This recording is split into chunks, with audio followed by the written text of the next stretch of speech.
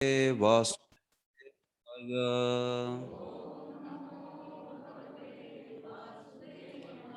ओम नमो भगवते वासुदेवाय।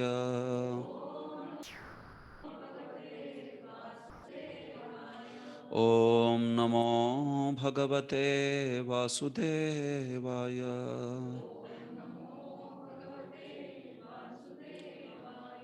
ओम अज्ञानतिमिरान्धस्य ज्ञानाञ्जनशलाकया चक्षुरुन्मिलितं येन तस्मै श्रीगुरवे नमः। श्रीचैतन्यमनोभीष्टं स्थापितं येन भूतले स्वयं रूपः कदा मह्यं ददाति स्वपदान्तिकं। वन्देऽहं श्रीगुरोः श्रीयुतापदकमलं श्रीगुरून् वैष्णवांश्च श्रीरूपं साग्रजातं सहगणा रघुनाथान्वितं तं सजीवं साद्वैतं सावधूतं परिजनसहितं कृष्णचैतन्यदेवं श्रीराधाकृष्णपदान् सहगणा ललिता श्रीविशाखान्वितांश्च नमो विष्णुपादाय कृष्णप्रेष्ठाय भूतले श्रीमते भक्तिवेदांत स्वामीन इति नामिने। नमस्ते सारस्वते देवे गौरवाणी प्रचारिणे निर्विशेष शून्यवादी पाश्चात्य देशतारिणे। नमो महावदान्याय कृष्ण प्रेम प्रदायते कृष्णाय कृष्ण चैतन्य नाम्ने गौरत्विषे नमः। हे कृष्ण करुणा सिद्धो जगत्पते गोपेश गोपिका कांत राधा कांत नमोस्तुते। तप्त कांचन गौरांगी राधे वृंदावनेश्वरी वृषभानुसुते देवी प्रणमामि हरिप्रिये। वाञ्छाकल्पतरुभ्यश्च कृपा सिन्धुभ्य एव च पतितानां पावनेभ्यो वैष्णवेभ्यो नमो नमः। जय श्री कृष्ण चैतन्य प्रभु नित्यानंद श्री अद्वैत गदाधर श्रीवासादि गौर भक्त वृंद। हरे कृष्णा कृष्णा कृष्णा हरे हरे हरे राम राम राम हरे हरे।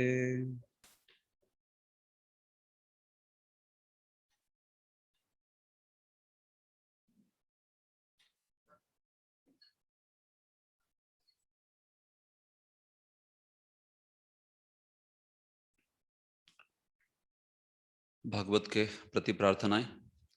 सर्वशास्त्राब्धि पीयूष सर्ववेदैक सत्फल सर्वसिद्धांत रत्नाढ्य सर्वलोकैक दृक्प्रद सर्वभागवत प्राण श्रीमद्भागवत प्रभो कलिध्वांतोदितादित्य श्रीकृष्ण परिवर्तित परमानंद पाठाय प्रेमवर्षाक्षरायते सर्वदा सर्वसेव्याय श्रीकृष्णाय नमोस्तु मे। मदेक बंधो मत्संगिन मद्गुरो मन्महाधन मन्निस्तारक मद्भाग्य मदानंद नमोस्तुते। How to take it down? Prabhu, not rolling down.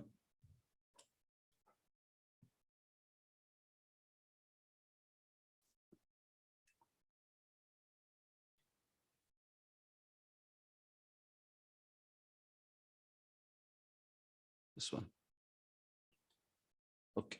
मदेक बंधो मत्संगिन मद्गुरो मन्महाधन मन्निस्तारक मद्भाग्य मदानंद नमोस्तुते। असाधु साधुता दायिन् अतिनीचोच्चतारक हानमुंच कदाचिन्मां प्रेम्णारथ कंठयोस्फुर। श्रीमद्भागवत महापुराणम की जय।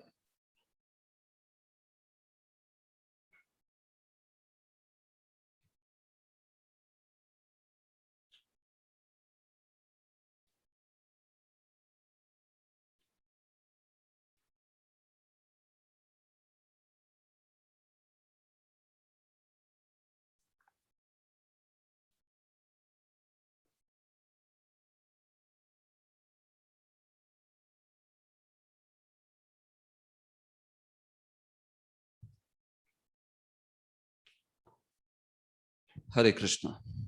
तो आज के सत्र में आपका फिर से हार्दिक स्वागत है। तो आज तृतीय सत्र में हम लोग भागवत के मूल विषय वस्तु को प्रारंभ करेंगे। आमुख, भूमिका एवं भागवत के प्रथम स्कंद के प्रथम श्लोक को, पहले अध्याय के प्रथम श्लोक को भी प्रारंभ करेंगे। कम से कम उस श्लोक का अन्वय और उसका अर्थ जो है उसको देखेंगे, और प्रभुपाद जी के तात्पर्य से भी अगर आज ही प्रारंभ कर पाए तो ठीक है, नहीं तो फिर लंबा तात्पर्य है। प्रभुपाद जी ने 17 पैराग्राफ का तात्पर्य लिखा है। ये भागवत के कई बड़े तात्पर्यों में से एक है। और देखिए, पहला श्लोक जो है ना, वो आपके भागवत के अध्ययन के उत्साह की कसौटी है। हाँ, पहला श्लोक जो है, थोड़ा डिस्क्लेमर पहले ही बोल देता हूं। भागवत, हाँ, भक्ति शास्त्री के बाद आनंद से अभी भागवत का सुधापान करेंगे, ऐसे आप आशाएं लेके आए हो तो निश्चित सुधापान ही है। लेकिन सुधापान में पहले कथापान की जगह तत्वपान है। हाँ? सुधापान दो प्रकार का होता है, तत्वपान और कथापान। हाँ, तो शुरुआत भागवत कर रहा है तत्व से। हाँ, तो पहले श्लोक की परिभाषा इतनी विशाल है। हाँ, तो एकदम कसौटी है ये जो है। अगर आप पहले 3 श्लोक में से आगे बढ़ गए तो फिर आगे बस मजा है फिर। हाँ, मस्ती है फिर भागवत में आगे। लेकिन पहले 3 श्लोक में ही लोगों का उत्साह जो है, अरे ये क्या, ये सोच रहा था मैं तो बहुत आनंद से पढ़ेंगे। लेकिन पहले श्लोक की बहुत विस्तृत व्याख्या हुई है। तो हम लोग भी थोड़ा विस्तृत व्याख्या करने वाले हैं। तो मैं आशा करता हूं कि आप सब लोग जो है वो धैर्य धारण करोगे, धीर की तरह। फिर दूसरा और तीसरा भी काफी विशद व्याख्या है। मंगलाचरण के 3 श्लोक है ये, और फिर उसके पश्चात जो है बहुत जल्दी समाप्त हो जाएगा। और फिर दूसरे तीसरे अध्याय से तो एकदम बढ़िया कथा और बहुत सारा सुंदर विवेचन निरूपण जो है वो होने लगेगा। वैसे जिन लोगों को तत्व में आनंद आता है उनके लिए तो ये भी बहुत अच्छा है। शुरुआत से ही सुधापान है एकदम। लेकिन ज्यादातर कई बार ऐसे होता है कि तत्व जो है वो थोड़ा सा औषधि की तरह है। औषधि बड़ी अच्छी होती है हमारे लिए, लाभदायक होती है, लेकिन हो सकता है स्वाद जो हो उतना मधुर ना लगे। ऐसे तो हम लोग प्रयास करेंगे उसमें जितना संभव है उतना, कि उसको सरलता से समझाने का। ठीक है। तो श्रील प्रभुपाद जी ने जो हमें भागवत के तात्पर्य दिए हैं उसको भक्ति वेदांत तात्पर्य हम लोग कहते हैं। तो इस भक्ति वेदांत तात्पर्य के अंतर्गत हम लोग देखते हैं कि प्रभुपाद जी ने दशम स्कंद के 14वें अध्याय तक तात्पर्य लिखे हैं प्रभुपाद जी। उसके पश्चात प्रभुपाद जी के शिष्यों ने उसको पूर्ण किया 12वें स्कंद तक। तो भक्ति वेदांत तात्पर्य जो है उसको हम लोग इस कोर्स के अंतर्गत, भक्ति वैभव के अंतर्गत बड़े बड़े गहराई से उसको पढ़ते हैं, समझने का प्रयास जो है वो करते हैं। और साथ ही साथ भागवत विषय वस्तु को समझने के लिए अन्य अन्य आचार्यों के माध्यम से भी मैं इसमें प्रस्तुतिकरण करूंगा। केवल भक्ति वेदांत तात्पर्य को ही नहीं, बल्कि अन्य आचार्यों के जहां जहां जरूरी है वो पहलू भी चर्चा किए जाएंगे। ऐसे तो कभी किसी को वो थोड़ा सा मानिए टेक्निकल तकनीकी लगता है वो विश्लेषण, तो उसको जितना हद तक हो सकता है समझ के लेने का प्रयास कीजिए, क्योंकि वो आपके पूरे भागवत के प्रवाह के लिए बड़ा लाभदायी होता है। इस प्रकार का जो आचार्यों की टिप्पणी वगैरह है वो प्रभुपाद जी ने भी उसमें से ही लिया है बहुत कुछ। लेकिन प्रभुपाद जी तो आचार्य है, तो आचार्यों का अनुगमन तो करते ही है, लेकिन स्वयं के भी काफी अभूतपूर्व जो मत होते हैं वो भी प्रकट करते हैं। तो इस प्रकार से ये जो 6 स्कंध है इसमें, उन 6 स्कंधों के अध्ययन में हम लोग जो है वो आगे बढ़ेंगे। तो आप लोगों को इसके यूनिट के स्ट्रक्चर के बारे में थोड़ा सा बता देता हूं मैं, कितनी इकाइयां है, कितने यूनिट्स है। तो ये जो है आपसे, आप सब लोगों से शेयर किया जाएगा डॉक्यूमेंट। अभी इसमें थोड़ा बहुत कुछ एडिटिंग बाकी है, इसलिए मैं आपको कल या परसों ये डॉक्यूमेंट जो है वो दे दूंगा। लेकिन अभी आपको दिखाने के लिए इसमें से कुछ चीजें जो है वो मैं दिखाऊंगा।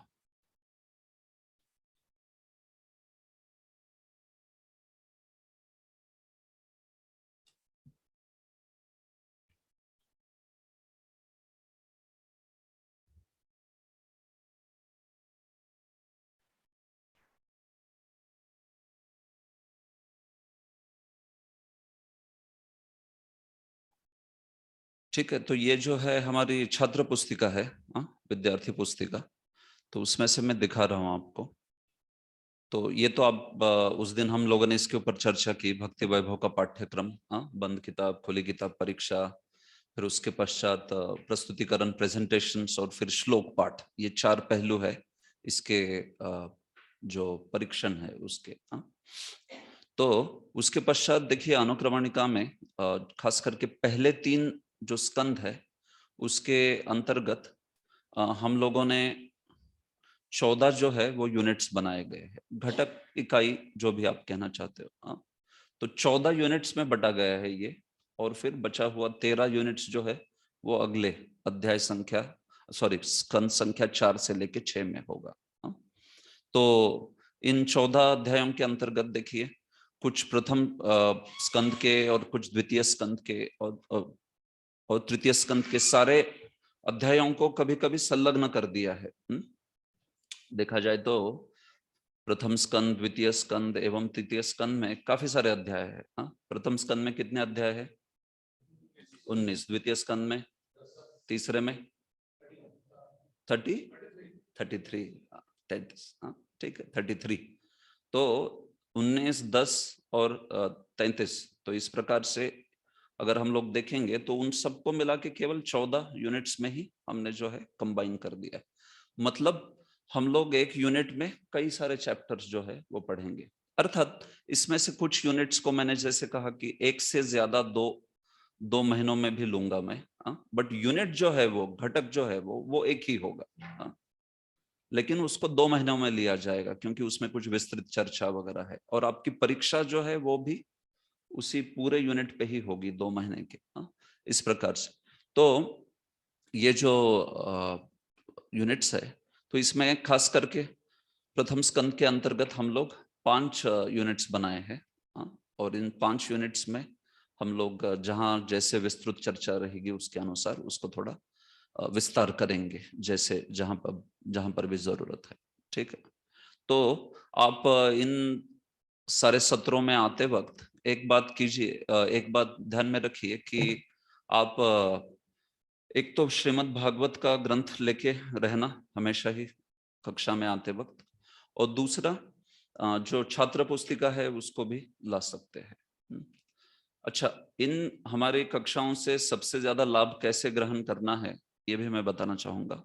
एक तो सबसे पहले कि कक्षा जो है उसको कोई कक्षा में अनुपस्थित मत रहिए। अगर कोई बहुत ही आकस्मिक चीज होती है, कुछ, तो फिर आपद धर्म समझ सकता है, लेकिन आपद धर्म को नित्य धर्म मत बनाए। ऐसे आपद मतलब आपद ही होना चाहिए ऐसे। नित्य नैमित्तिक बना दिया तो परेशानी। तो एक तो सारे क्लासेस में आइए, और दूसरा जो भी कुछ सिद्धांत बताए जा रहे हैं वगैरह उसमें केवल एक संक्षिप्त रूप में नोट्स जो है वो देने का मैं प्रयास कर रहा हूँ। ऐसे मत सोचिए कि मैं पूरे सारे स्कंदों में, सारे सत्रों में सारी नोट्स दूंगा करके, नहीं। तो मेरे से जितना संभव है, और खास करके मूल विषय में सबसे महत्वपूर्ण चीजें जो है उसके नोट्स जो है मैं देने का प्रयास करूंगा। जैसे कल भी मैंने जो सेशन डिस्कस किया था उसका नोट्स जो है वो दे दिया। लेकिन बेस्ट तो यही है, उत्तम चीज यही है कि आप लोग स्वयं के नोट्स बनाइए अच्छे से। बहुत सारी चीजें जो बोर्ड है उस पर भी बताई जाएगी, उसमें कुछ कंसेप्ट्स जो है वो बताए जाएंगे, तो वो हो सकता है कि वो नोट्स में मैं ना दे पाऊँ क्योंकि वो बहुत विस्तार हो जाएगा उसका, और उतना समय भी ना हो। तो इसलिए आपको स्वयं को सतर्क रहिए और नोट्स बनाइए आपके स्वयं के, और जिसके द्वारा आप जो है अच्छे से समझ सकते हो चीजें। इसके अंतर्गत हो सकता है तो जो सेक्शंस है उनको पहले से थोड़ा देख के भी आइए, पढ़ के आइए। कई बार क्लिष्ट होता है कुछ सेक्शन, और फिर हम लोग दिन भर के काम के बाद इधर आते हैं, तो फिर ऐसा क्लिष्ट सेक्शन, क्लिष्ट विभाग देख के लगता है कि चलो अच्छा है थोड़ा विश्राम कर लेते हैं इधर ही। तो ये समय जो है शाम का, तो हो सकता है कुछ लोग थके मांदे होने के कारण थोड़ा उनको कठिनाई हो क्लास में बहुत ध्यान देने के लिए। तो थोड़ा वो भी आप ध्यान रखिए कि जैसे आप क्लास में, कक्षा में आते वक्त थोड़ा तरोताजा जो है अनुभव करे, जिससे कि फिर विषय वस्तु जो है उसको हम लोग अच्छे से समझ पाए। ठीक है, जो भी विषय सिखाए जा रहे हैं तो उसमें कभी भी आपको प्रश्न है तो पूछ सकते हैं हाथ खड़ा करके। हाँ, यहाँ पे तो हम लोग जो है क्लोज्ड ग्रुप है तो इसमें पूछ सकते हैं, लेकिन कभी कभार कोई विषय को अगर पूरा करना है तो मैं ही बोल दूंगा कि ये पूरा होने के बाद ही फिर आप क्वेश्चन पूछिए। हाँ, एकदम नहीं तो फिर उससे बहुत सारा इधर उधर गुमराह हो जाते हैं सारे सारे विषय जो है। तो ये बात है। ठीक है, तो आज के सत्र में फिर हम लोग भागवत के अध्ययन को प्रारंभ करते हैं। आमुख भूमिका एवं प्रथम श्लोक। तो अगर देखा जाए तो श्रीपाद विश्वनाथ चक्रवर्ती ठाकुर ने जो श्रीमद् भागवत है उसके स्कंदों को कौन सा विषय प्रमुख है उसके अनुसार नाम दिए हैं। हाँ, विषयों को जैसे मैं कल भी बता रहा था ये चीज़, प्राधान्येन व्यपदेशा भवन्ति। प्रधानता से व्यपदेश बनते हैं, मतलब प्रधानता से नाम दिए जाते हैं। किस विषय की प्रधानता है उसके अनुसार वो विषय जो है प्रधान है, वो विषय उस स्कंध में बोला जा रहा है, ये बताया जाता है। ठीक है, तो प्रथम स्कंध को परिचय के रूप में ही बोला गया है देखा जाए तो। द्वितीय स्कंध से सर्ग प्रारंभ होता है। हाँ? प्रथम स्कंद जो है वो इंट्रोडक्टरी है एक्चुअली में देखा जाए तो। हाँ, परिचय ही है, वो भागवत का प्रसंग जो है उसको स्थापित कर रहा है। द्वितीय स्कंध जो है वो सर्ग की बात करता है। हाँ, प्राइमरी क्रिएशन, प्राथमिक सृष्टि, उसको द्वितीय स्कंध। तृतीय और चतुर्थ स्कंध विसर्ग की बात करते हैं। ठीक है, विसर्ग तृतीय एवं चतुर्थ दोनों भी प्रधानता से। फिर पंचम स्कंद जो है वो स्थान की बात करता है, स्थानम। और फिर छठा स्कंद जो है वो पोषण की बात करता है, पोषणम। तो इन सब की अपनी परिभाषा वगैरह है, हम लोग उसको आगे देखेंगे। लेकिन आपको बताना चाहूंगा कि ये जो इस प्रकार से विभाजन किया गया है। तो भागवत के प्रथम स्कंद में अगर देखा जाए तो है कुछ तत्व पोषण के भी है, कुछ आश्रय तत्व भी की भी चर्चा है वगैरह, लेकिन प्रधानता से उसमें प्रसंग ही है एक्चुअली देखा जाए तो। कैसे परीक्षित महाराज और सुखदेव गोस्वामी मिले और फिर किस प्रकार से उनका संवाद हुआ, ये सब कुछ चीजें जो है वो भागवत के प्रथम स्कंद में बोली गई है। ठीक है, तो इसको देखते हैं अभी।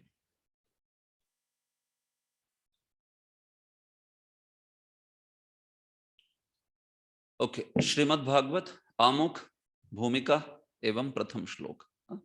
प्रस्तावना को मैंने लिया नहीं, प्रस्तावना जो है प्रकाशकों ने प्रकाशित की है।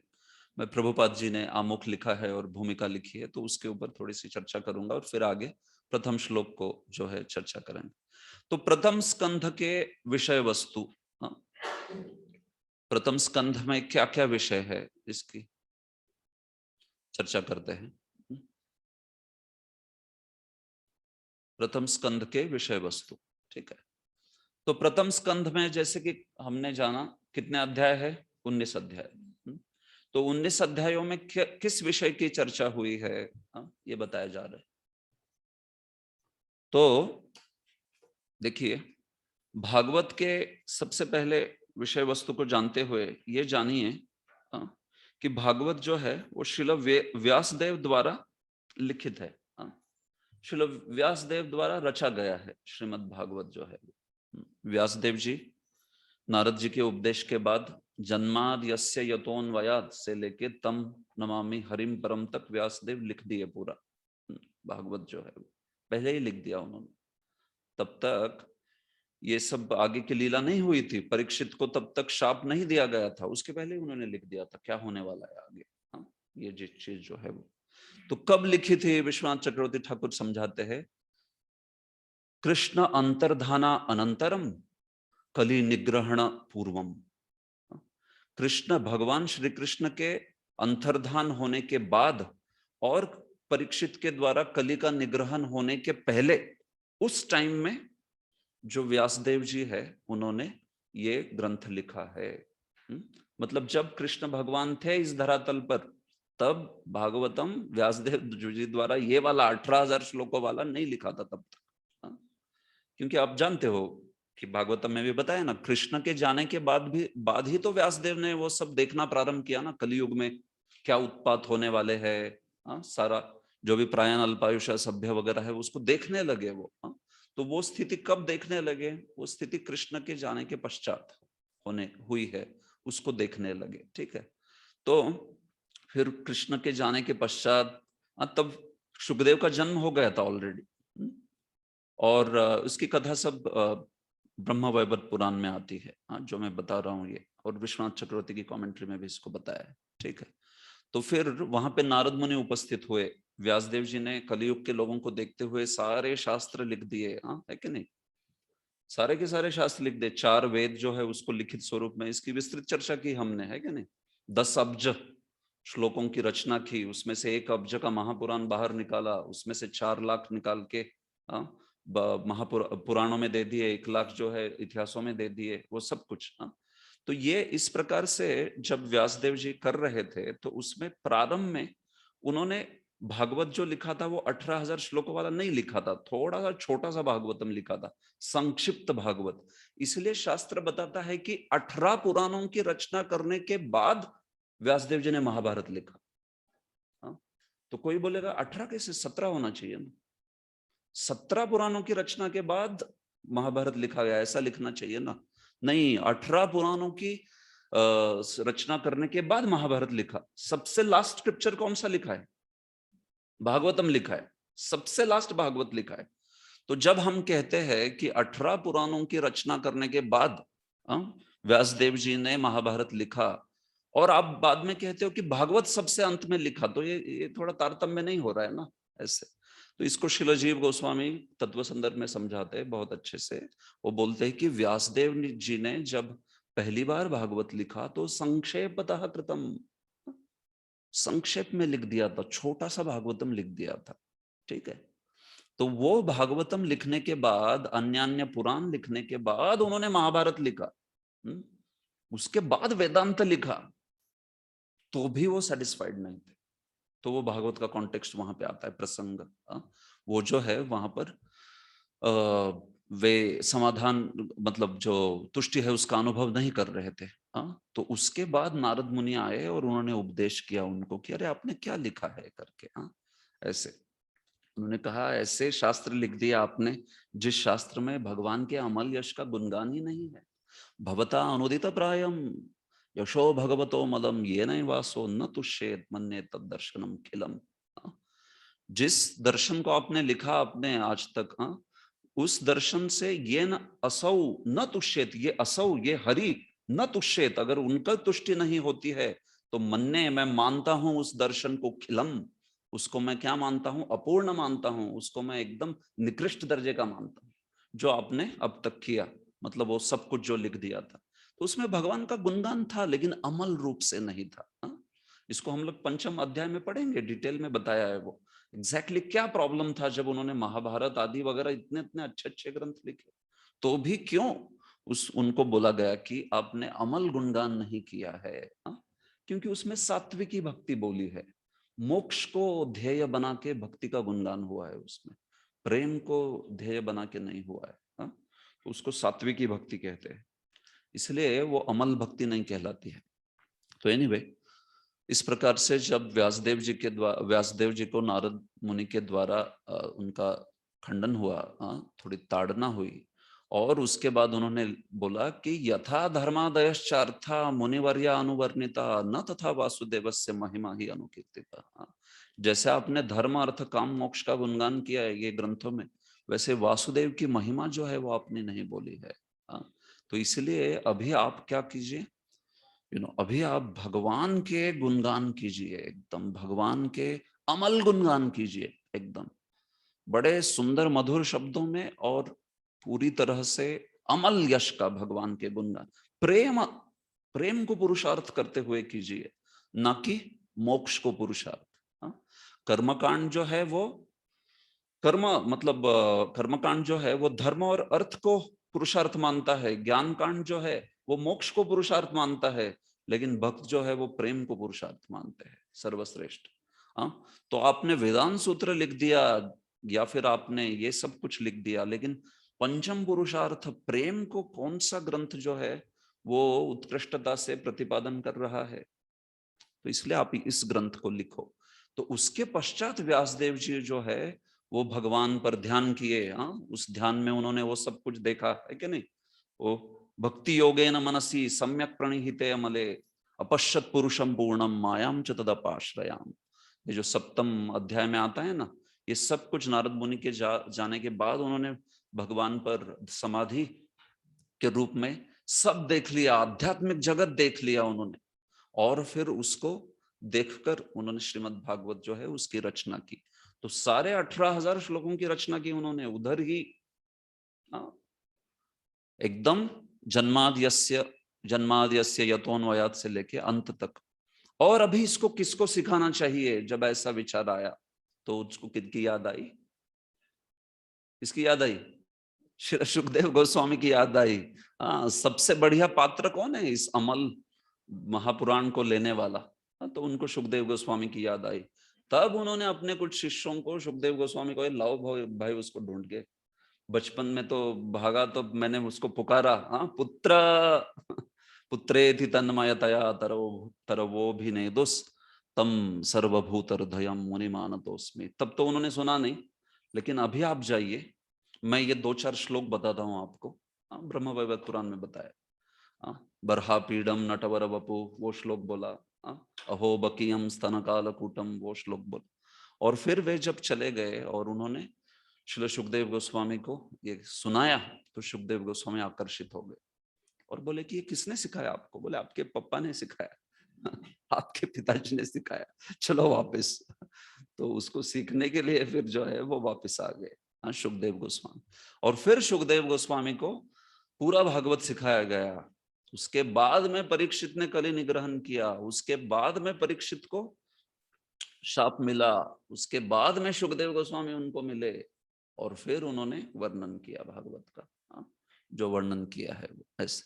तो इसको फ्यूचर में, इसको भविष्य में देखते हुए श्रील व्यासदेव जी ने पहले ही लिख दिया। तो उन्होंने कहां तक फ्यूचर में, भविष्य में देख लिया? सुखदेव गोस्वामी परीक्षित का संवाद इतना ही नहीं, सूत गोस्वामी का संवाद उसके बाद हुआ है कि नहीं? सूत गोस्वामी वगैरह जो है नैमिषारण्य, उनका संवाद परीक्षित के जाने के बाद हुआ है। तो वहां तक आगे का देखते हुए उन्होंने लिख दिया पहले। ठीक है। तो ये भागवत के खास करके काल का जो परिमाण है उसका समाधान श्री श्रीधर स्वामी एवं श्री विश्वनाथ चक्रवर्ती ठाकुर अपने ग्रंथ में देते हैं ऐसे। और इस ग्रंथ में जो श्लोक है वो व्यासदेव जी द्वारा लिखित है। वो व्यास की रचना है। तो कई बार व्यासदेव सुखदेव ने जो बोला उसको एज इट इज लिख देते हैं, एज इट इज बोल देते हैं, लेकिन कई बार उन्होंने अपने अपने प्रतिभा से श्लोक बनाए हैं भागवत के। ऐसे नहीं सोचना चाहिए कि भागवत में जो भी संस्कृत बोला गया है वो उस व्यक्ति ने ही बोला है जो उधर है, ऐसे नहीं। वो तो व्यास देव जी ने उसके जो भी भाषा में शब्द बोले हैं ना, उसको शब्दांकित किया है संस्कृत में। ये बात है, इसको भी जीव गोस्वामी बताते हैं क्लियरली ऐसे कि ये व्यास की रचना है। इसलिए वेद व्यास प्रणीतम वेद व्यास रचितम ऐसे बोला जाता है ऐसे। लेकिन जहां जहां विशेष, जैसे मैत्रेय, विदुर, सुखदेव आदि बोल रहे हैं ना, तो वहां पे उनके एज इट इज शब्द है, वो उसको, उन शब्दों को केवल व्यासदेव जी ने एकदम उद्धृत किया है इस प्रकार से। और कभी कोई अन्य अन्य लोग जो है वो गाते हैं जरा, वो जरा शिकारी जिसने श्री कृष्ण, वो कुछ बोल रहा है तो उसको व्यासदेव उसने जो भी बोला था उसको संस्कृत में लिख दिया ऐसे। जरा संस्कृत में नहीं बोलेगा है कि नहीं? और वो भी छंद वाले, अनुष्टुप बोल भी दिया तो मानते ऐसे छंदों में एकदम, शार्दुल विक्रीडित और मालिनी और क्या क्या छंदों में। तो वो कैसे है, जीव गोस्वामी बताते हैं कि वो व्यास की रचना है, व्यासदेव जी के द्वारा लिखे गए। तो इसलिए व्यासदेव जी जो है उन्होंने इस प्रकार से 18,000 श्लोकों की रचना की। इसलिए पूरा भागवत 18,000 श्लोकों का है। अष्टादश सहस्रम, ऐसा नहीं सोचना चाहिए। कुछ लोगों का ऐसा मत है कि ये जो प्रथम स्कंद है वो भागवत में नहीं आता, और 12वें अध्याय के 5वें अध्याय, 12वें स्कंद के 5वें अध्याय में सुखदेव गोस्वामी निकल जाते हैं उपदेश करके, तो उसके बाद जो है वो भी भागवत में नहीं आता। ये गलत धारणा है। क्यों गलत धारणा है? क्योंकि जो व्यासदेव जी ने लिखा वो सीधा जन्माद्यस्य से प्रारंभ हो रहा है ना, तो फिर पूरा भागवतम है कि नहीं? वो ऑब्वियसली पूरा भागवतम है। हाँ, पूरा का पूरा। सुखदेव जी ने जो सिद्धांत वगैरह बोले आगे चल के, वो सिद्धांत दूसरे स्कंद से शुरू होते हैं, वो ठीक है, लेकिन जो पहले बोला गया है सब कुछ वो व्यासदेव जी के द्वारा लिखित था, पहले ही लिखित था, और उसको श्री सुखदेव गोस्वामी एवं अन्य कुछ साधु जो थे उनको पढ़ाया गया, खास करके सुखदेव गोस्वामी को। तो इस प्रकार से हाँ, तो इसीलिए प्रथम स्कंद के विषय वस्तु में अगर आप देखोगे तो ये प्रसंग जो है, कॉन्टेक्स्ट, इसको बनाया जा रहा है। तो पहले आप देखोगे तो अध्याय 1 से 3, स्क्रीन में देखिए, शौनक आदि मुनियों के 6 प्रश्न एवं उनके उत्तर, ये अध्याय 1 से 3 में बोले गए। प्रथम अध्याय में ही 6 प्रश्न जो है, मुनि नाम षट प्रश्न, वो जो है प्रथम अध्याय में ही दिखाई पड़ते हैं। उसके उत्तर दूसरे और तीसरे अध्याय में, न कि केवल दूसरे तीसरे में, बल्कि पूरे समूचे भागवत में ही उसके उत्तर है। ठीक है, 6 प्रश्नों के। हाँ, तो 6 प्रश्नों के वहां पे जहां पे जरूरी है, एक श्लोक में भी उत्तर है और उसी का बहुत सारा विस्तार भी किया है पूरे भागवतम के अंतर्गत। हाँ, तो ऐसे पहले अध्याय में जो 6 प्रश्न पूछे गए हैं, उसके उत्तर दूसरे और तीसरे अध्याय में मिल जाते हैं पूरे। तो फिर हो गया भागवत उधर खत्म, है कि नहीं? हो गया ना, 6 प्रश्न उत्तर भी मिल गए, और क्या है। तो नहीं, अध्याय 4 में शौनक आदि मुनियों ने फिर से 4 प्रश्न किए। हाँ, प्रारंभिक इसमें दूसरे तीसरे श्लोक से लेके 10वें 12वें श्लोक तक। हाँ, उस श्लोकों में हम लोग देखते हैं कि अलग अलग प्रश्न है, 4 प्रश्न है उसमें, और वही विषय है समूचे प्रथम स्कंद का। चौथे अध्याय में जो 4 प्रश्न पूछे गए, उस 4 प्रश्न के ऊपर ही समूचा प्रथम स्कंद निर्धारित है। एक आपको ओवरव्यू दे रहा हूं मैं, समझना चाहिए कि ओके, पहले स्कंद में क्या आया है। तो पहले स्कंद के पहले 3 अध्याय में 6 मुनियों के 6 प्रश्न और उत्तर, और फिर चौथे अध्याय में 4 प्रश्न पूछे गए, वो पूरे अंत तक उसके उत्तर में 19 अध्याय कंप्लीट हो जाते हैं। ठीक है, तो श्रीमद् भागवत के इतिहास के संबंध में एक प्रश्न पूछा गया है वहां पर, उस इतिहास को बताते हुए अध्याय 4 से 6 बोले गए हैं। हाँ, वहां पर कस्मिन् युगे प्रवृत्तेयं स्थाने वाक्येन हेतुना कुतः संचोदितः कृष्ण कृतवान संहितां मुनि, वो प्रश्न है। तो उसको बताते हुए कौन से युग में ये बोला गया, कैसे व्यासदेव को प्रेरणा मिली, कौन से स्थान पे बोला गया, इसके उत्तर देते हुए अध्याय 4 से 6 में श्रीमद् भागवत का इतिहास बोला है। हाँ, तो इस प्रकार से 4 से 6 में वो विषय है, नारद व्यास संवाद। हाँ, परीक्षित महाराज के जन्म और कर्म के संबंध में एक प्रश्न पूछा गया वहां पर। हाँ, अभिमन्यु सुतम सूत प्राहुर भागवत उत्तमम तस्य जन्म महाश्चर्यम कर्माणि च गृह्णीहि न। वो दूसरा प्रश्न है वहां पर। जो परीक्षित है अभिमन्यु सूत, उनके जन्म और कर्म बताइए हमें, ये दूसरा प्रश्न बोला। तो उस जन्म और कर्म के उत्तर में 7 से लेके 17 अध्याय बोले गए प्रथम स्कंध के। 12वें स्कंध में उनका 12वें अध्याय में उनका जन्म बोला गया है परीक्षित का, बर्थ ऑफ एम्परर परीक्षित।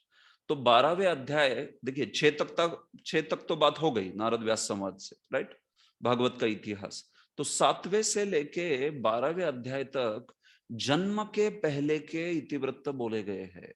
वो पर्पज है प्रथम स्कंद में। जन्म के पूर्व जो घटनाएं हैं ना, वो बोली गई 7, 8, 9 सब है। कुंती महारानी की प्रार्थनाएं, फिर भीष्मदेव, और फिर भगवान का द्वारका से गमन, फिर द्वारका में आगमन, हस्तिनापुर से गमन, ये सब कुछ आपको कौन से विषय को लेके जा रहा है? परीक्षित का जन्म, एग्जैक्टली। तो परीक्षित जन्म वृत्तांत सुनाने के पहले ये सारी जो घटनाएं हैं बोलते हुए भागवतम आपको 12वें स्कंध में 12वें अध्याय में लेके जाता है, जहां पर परीक्षित का जन्म जो है वो बोला गया है। ठीक है, इस प्रकार से फिर परीक्षित का जन्म बोलने के बाद तस्य जन्म महाश्चर्यम, जन्म को तो बोल दिया, दूसरा क्या पूछा था उन्होंने? कर्माणि च गृह्णीहि न, कर्म भी बोलिए हमको, परीक्षित के कर्म बोलिए। तो परीक्षित के कर्म में खास करके विशेष कर्म कली निग्रहण, उन्होंने कैसे कली को परास्त किया, ये बोलने के लिए सारी इवेंट्स, सारी घटनाएं बोलने के लिए 13 से लेके 17 में ये सब कुछ चल रहा है। 16-17 में कली निग्रहण बोला है, तो 13, 14, 15 में कैसे परीक्षित राजा बने, परीक्षित का राज्याभिषेक, परीक्षित का कली निग्रहण, ये उनके कर्म है। तो वो परीक्षित राजा कैसे बने ये बोलने के लिए 13वें स्कंध में भगवान, भगवान का मतलब 14वें में भगवान का जो है तिरोभाव नहीं, भगवान का जो है गमन, जाना अपने धाम में, और उसके पहले कैसे जो धृतराष्ट्र आदि के मन में वैराग्य उत्पन्न हुआ, ये सब कुछ चीजें जो है वो कौन से टॉपिक को बोलने के लिए बोली गई है? कर्म, परीक्षित के कर्म, जो कि है राज्याभिषेक, उनका राज्य, और सबसे प्रमुख कली निग्रहण। तो इस प्रकार से, तो ऐसे 7 से लेके 17 में यही चीजें बोली गई है, जन्म और कर्म परीक्षित का। ठीक है। और एक प्रश्न पूछा गया वहां पर कि महाराज ने राज्य त्याग क्यों किया? वो भी प्रश्न पूछा वहां पर शौनक आदि जो मुनि है उन्होंने सूत गोस्वामी को। तो ये राज्य त्याग क्यों किया, इस प्रश्न के उत्तर में जो है अध्याय 18 और 19 ये जो है वो बताया गया है। प्रायोपविष्टो गंगायाम, अनादृत्य अधिराट श्रियम, ऐसे बोला है कि ऐसे उनके पास ऐसा राज्य था कि निष्कंटक था, कोई भी उनका शत्रु नहीं था।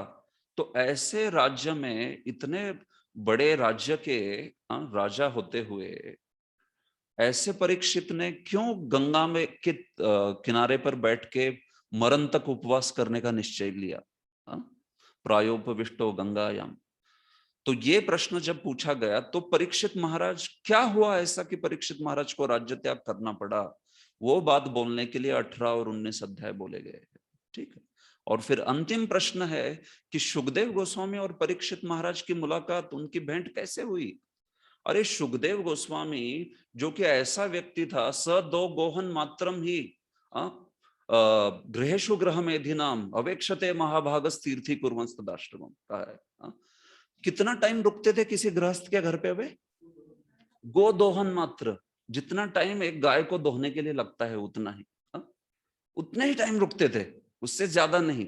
लेकिन भागवतम शौनक क्या बोलते हैं?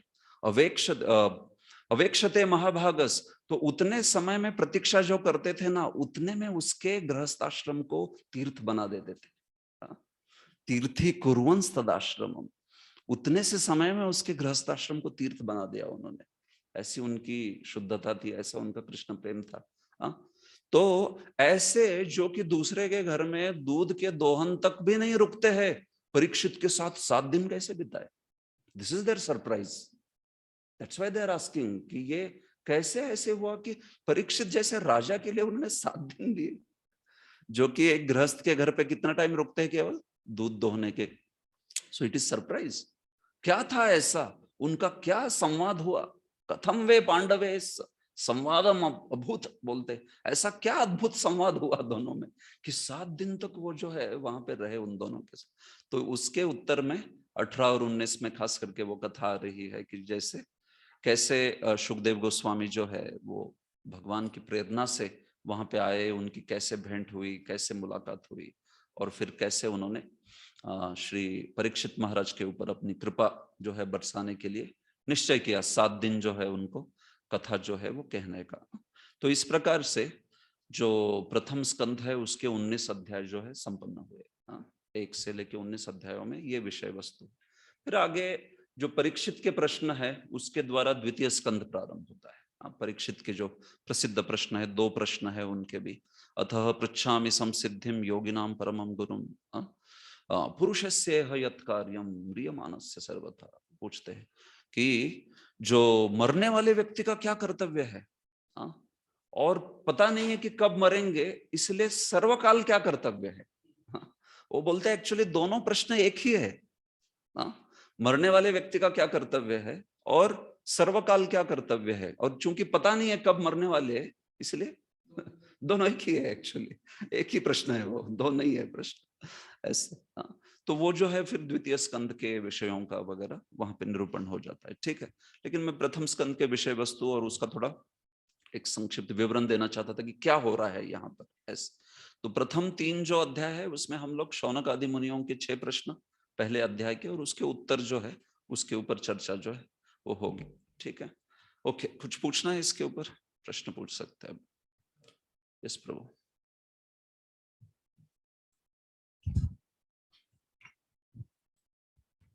प्रभु जी, ये मैं थोड़ा मिस किया कि सुखदेव गोस्वामी ने जो बोला वो खुद से बोला या जो वेदव्यास ने लिखा वही बोला? उन्होंने खुद से बोला, जो उन्होंने बोला वो द्वितीय स्कंद से प्रारंभ हो रहा है। ठीक है, तो सुखदेव गोस्वामी ने जो कंटेंट्स बोले हैं भागवतम के, वो कंटेंट्स के बारे में ज्यादा विवरण नहीं दिया कि उन्होंने कौन से श्लोक से प्रारंभ किया एग्जैक्टली ऐसे करके। बट जो भागवतम सिखाया गया था शिल व्यासदेव जी के द्वारा, वो भागवतम उन्होंने बोला। तो फिर उस बोलने वाले श्लोकों में पहला श्लोक जो है वो द्वितीय स्कंद में जो भी पहले श्लोक सुखदेव के द्वारा जो बोला गया है वो लिखा गया है, वो चीज है। तो आचार्य बताते क्या है कि व्यासदेव ने क्या लिखा।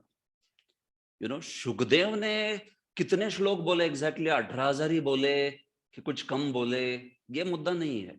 व्यासदेव जी ने जो श्लोक लिखे उनकी संख्या 18,000 है। हो सकता है सुखदेव गोस्वामी ने उसको एक्सपेंड किया हो, बोला हो। पहला जो प्रसंग है उसको बोलने की क्या जरूरत है सुखदेव गोस्वामी को, है कि नहीं? तो उसके ऊपर आचार्य टिप्पणी नहीं करते हैं। आचार्य टिप्पणी ये करते हैं कि जो सुखदेव के द्वारा बोला गया वो भागवतम, वो भी क्यों आगे जो सूत गोस्वामी के द्वारा बोला गया उस भागवतम को व्यासदेव जी ने लिखित स्वरूप में दिया, जो कि 18,000 श्लोक है करके। तो this is how we understand ऐसे। तो उसमें हर एक इतने सारे भागवतम में संवाद है, उस संवाद में एग्जैक्टली उन्होंने उतने ही श्लोक बोले कि नहीं बोले, कि कुछ ज्यादा एक्सपेंडेड बोले, ये सब चीजों का जो एनालिसिस है वैसा किया नहीं है किसी ने। एनालिसिस ये जरूरी है लेकिन कि जो व्यासदेव जो है ना वो फ्यूचर में सूत गोस्वामी जी का संवाद देखते हुए उन्होंने सब कुछ लिख दिया कि क्या हुआ, क्या क्या क्या क्या चीजें बोली गई, इस प्रकार से। क्लियर? क्योंकि प्रभु जी वो अपन बोलते हैं ना आगे जाके कि मतलब सुखदेव गोस्वामी जैसे बहुत कुछ कृष्ण लीला में राधा रानी इत्यादि के बारे में नहीं बोले क्योंकि वो एक्सटेसी में आ जाते हैं। तो मतलब इसका मतलब कि वो सुखदेव गोस्वामी ने उतना ही बोला।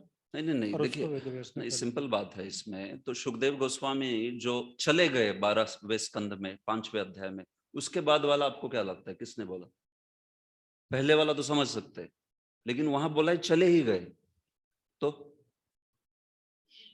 तो मुद्दा ये है कि सुखदेव गोस्वामी ने जो भी कुछ भागवत में बोला वो सब कुछ व्यासदेव जी ने वहां पर लिख दिया है, जो भी कुछ उन्होंने बोला ऐसे।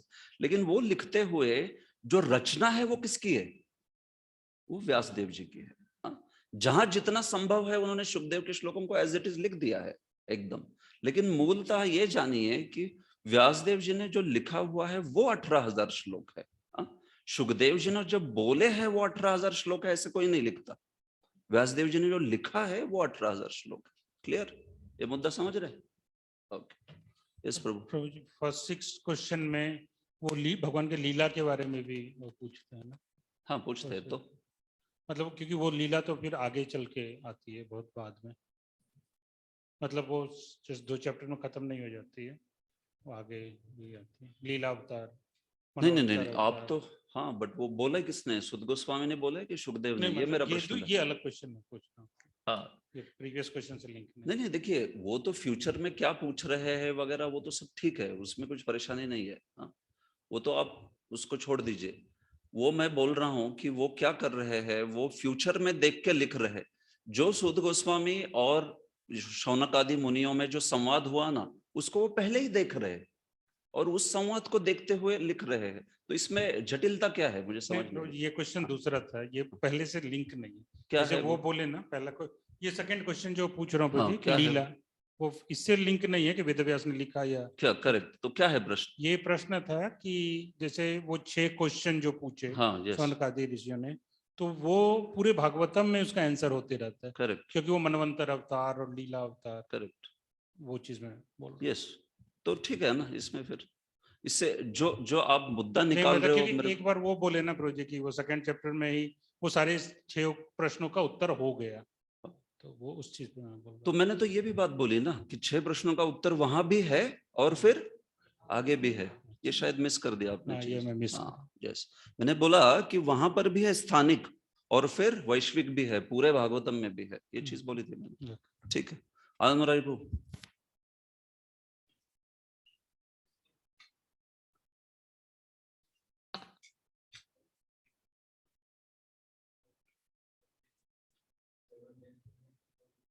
चल नहीं रहा हूँ। 7 दिन और 18,000 वर्ष को हम हाँ। कहते हैं कि सुखदेव गोस्वामी समाधि में चले जाते थे, करेक्ट। तो फिर ये बात तो फिर यहाँ पे डिफिट नहीं हो है, जाती वैसा है कि एनालिसिस किसी आचार्य ने नहीं किया है 7 ओके, दिन में ओके। 18,000 श्लोक वाला। हाँ? ये जो है बड़ी क्या कहते हैं, प्रसिद्ध धारणा है, लेकिन 7 दिन में 18,000 श्लोक जो है एज इट इज बोले गए, ये एक जनरल अंडरस्टैंडिंग है, लिटरली देखा जाए तो। हाँ, this is a general understanding. ऐसे तो उतना कंटेंट बोला गया, ऐसा बोलते हैं जीव गोस्वामी। जो 18,000 श्लोकों में व्यासदेव जी ने कंटेंट बोला ना, वो जो है 7 दिन में बोला गया, ये बात बोली है श्री जीव गोस्वामी। एकदम आप अगर निकालने लगे कि भाई 5,000 व्हाटएवर, 1,000 पहले दिन और फिर दूसरे दिन 2,000 3, ऐसे नहीं, ऐसा कोई एनालिसिस किया नहीं है। वो कंटेंट जो है बोले, लेकिन वो जो 7 दिन में कथा हुई या सूत गोस्वामी की हुई, उस सबको मिला के भागवतम में व्यासदेव जी ने कितने श्लोकों में रचित कर दिया? 18,000। दैट्स इट, ये पॉइंट है, दिस इज द पॉइंट। तो कई बार क्या करते हैं फिर लोग 18,000 का निकालने लगते हैं कि फिर देखिए 18,000 बोलने हैं तो 7 दिन क्यों लग गए? वैसे एक्चुअली 18,000 श्लोक बोलने को 7 दिन में नहीं लगते। आप देखोगे तो कितना टाइम लगता है? अगर श्लोकों को बोलना है ना 18,000, 2 दिन में हो जाते हैं, 2 या 3 दिन में बोल सकते हैं कोई, 7 दिन भी नहीं लगते। तो इसलिए वो जो टाइम स्पान का एनालिसिस किया जाता है ना, वो एक जनरल अंडरस्टैंडिंग के लिए है एक्चुअली। बट आचार्यों ने बहुत क्लियरली लिखा है कि जो लिखित स्वरूपात व्यासदेव जी ने लिखित स्वरूप में बोला, वो जो है वो 18,000 श्लोक है। ऐसे जरूरी नहीं कि सुखदेव गोस्वामी ने, सूत गोस्वामी नैमिषारण्य के सेजस में क्या बोल रहे हैं वो किसको बताना है? परीक्षित को बताया, परीक्षित को बताना है। दिस इज नॉट नेसेसरी, ऐसा है नहीं, वहां पर बोला नहीं है ऐसा कि उन्होंने वो वाला भी बताया कि भाई आगे क्या ऐसे वैसे ही है। उन्होंने तो बस कृष्ण कथा बोली, जो भी है दूसरे स्कंद से जो व्यासदेव जी बोलना जो है वो प्रारंभ कर देते हैं इस प्रकार से। लेकिन वो जो कंटेंट है वो 7 दिन में बोला गया। हाँ, ये बात जो है वो बोली गई। ठीक है, और कुछ है यहाँ पर प्रश्न? Yes pro. हरे कृष्ण प्रभु जी, ये 2 जो श्लोक व्यासदेव ने अपने शिष्यों को बताया और सुखदेव गोस्वामी को वापस ला गया, तो उसके पहले वो निर्विशेषवादी थे ना, तो वो ज्ञान उन्हें किसने दिया था? कौन सा ज्ञान? पहले का भागवतम का ज्ञान देने के पहले। ओके, सुखदेव गोस्वामी को पहले से कैसे आत्माराम थे वो? हाँ, तो देखिए सुखदेव गोस्वामी की तो लीला है। सुखदेव गोस्वामी भगवान के नित्य पार्षद है। हमारे आचार्यों ने बताया कि सुखदेव गोस्वामी राधा रानी के तोते हैं, शुक। हाँ?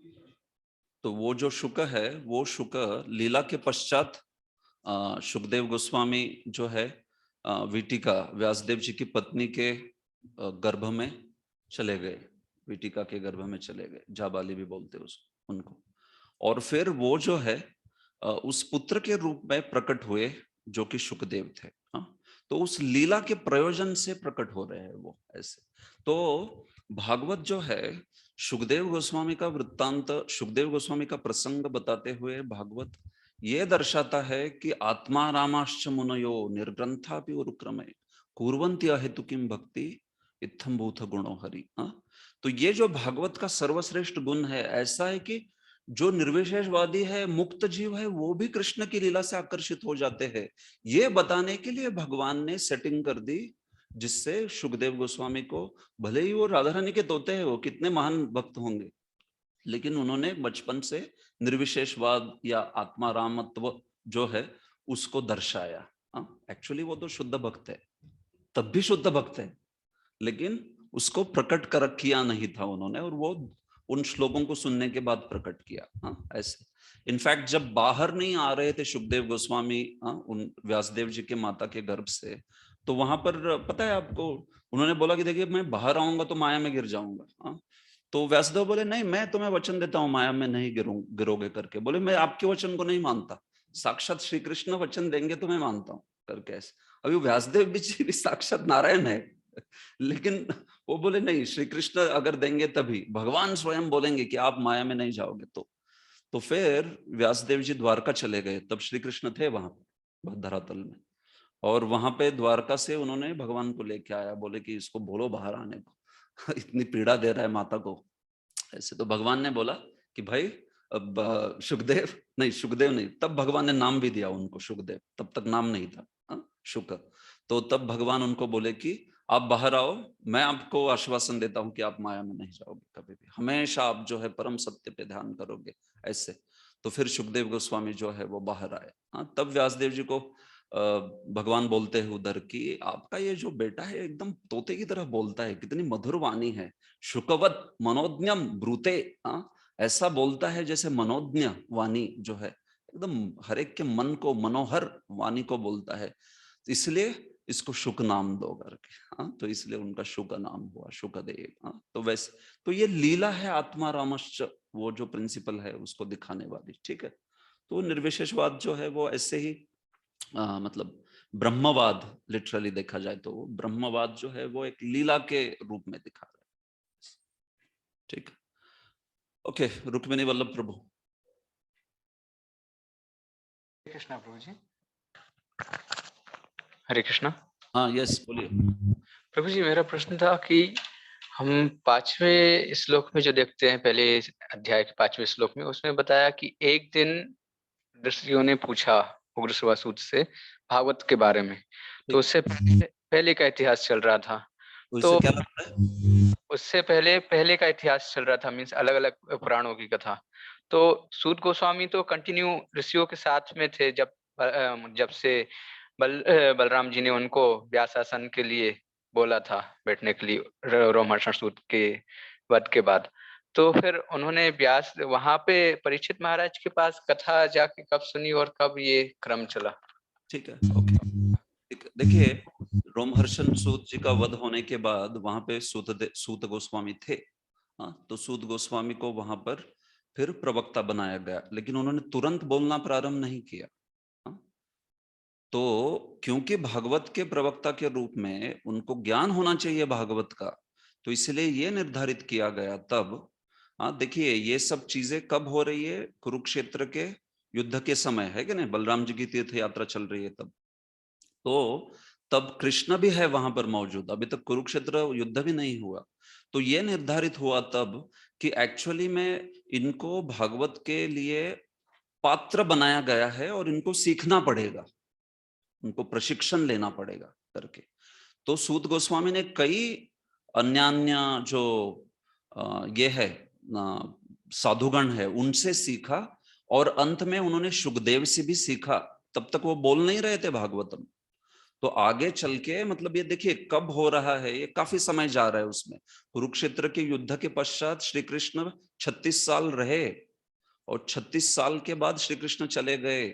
उसके कई साल बाद परीक्षित चले गए, मतलब परीक्षित को जो है शाप मिला। तो उस सारे काल में सूत गोस्वामी ने अन्य पुराण बहुत कुछ सीख लिया, और फिर अंत में शुकदेव से जब वो लीला हुई तो वहां पे भागवत सीख लिया, और उसके बाद उन्होंने शौनक ऋषियों को बोला, ठीक है। तो वो जो यज्ञ चल रहा था तो कई कई हजारों साल चल रहा था वो यज्ञ, ऐसे नहीं नॉनस्टॉप रोमहर्षण खत्म हो गए कि तुरंत सूत गोस्वामी चालू हो गए, ऐसे नहीं है। उसमें समय गया है बहुत कुछ, जिसमें सूत गोस्वामी ने अन्य शास्त्रों से सीख लिया, बहुत सारे शास्त्रों से सीख लिया। इसलिए भागवत में आगे भी आता है ना कि उन्होंने अधितानी आख्यादानी च अधितानी धर्मशास्त्रानी अन्युत, उनका गुणगान करते हुए। तो उन्होंने बहुत कुछ सीख लिया था बाकी सारे अन्यों से भी, लेकिन शुकदेव से फिर अंतिम भागवतम सीखा, और उसके पश्चात उन्होंने शौनक आदि मुनियों के सामने वो कथन किया, ठीक है। क्लियर? गंगापति निमाय प्रभु। यस प्रभु।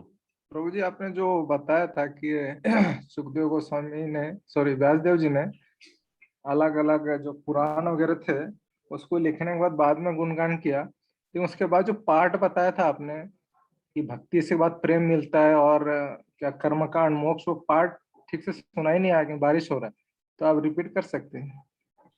हाँ, मैंने 3 चीजें बोली। कर्म से, देखिए पुरुषार्थ बता रहा था, 4 पुरुषार्थ है, धर्म अर्थ काम मोक्ष। तो मैं बता रहा था इसमें जो धर्म अर्थ काम है, ये 3 पुरुषार्थ कर्मकांड के अंतर्गत उत्तम माने गए हैं, सर्वोच्च माने गए हैं। ज्ञान कांड में मोक्ष जो है वो पुरुषार्थ सर्वश्रेष्ठ माना गया है, और भक्ति जो है उसमें पंचम पुरुषार्थ प्रेम जो है वो सर्वश्रेष्ठ माना है, मोक्ष भी नहीं माना है। तो व्यासदेव जी ने क्या किया, ये 4 पुरुषार्थों को गुणगान करने वाले मार्गों को ही बोला, लेकिन पंचम पुरुषार्थ को जो गुणगान करता है अमल, वो नहीं बोला था। इसलिए नारद मुनि बोले कि आप भागवत की रचना करो। क्लियर? यस, और एक चीज था ये कि जब ये परीक्षित महाराज जब थे, उनको आमरण अनशन पे थे और उनको अलग अलग ऋषियों ने बोला था कि आप कर्मकांड कीजिए, दान दीजिए, तो सुखदेव गोस्वामी में अचानक वहां प्रकट हो गए। तो कैसे, क्या सुखदेव गोस्वामी को मालूम हो गया था या कुछ, कैसे वो प्रकट हो गए वहां पे? नहीं नहीं, ये कौन से, कहाँ पे, कैसे प्रकट हो गए? फिर से बोलिए प्रश्न, मैं सुना नहीं। जब ये परीक्षित महाराज गंगा के किनारे बैठे हुए थे। तो इसको आगे पढ़ते हैं प्रभु, आएगा वो। ओके ओके, आगे पढ़ते हैं, जब आएगा ना अपीयरेंस ऑफ सुखदेव, हाँ अंतिम अध्याय, तो उसमें देखते हैं ये। ठीक, ओके। सुंदर केशव प्रभु।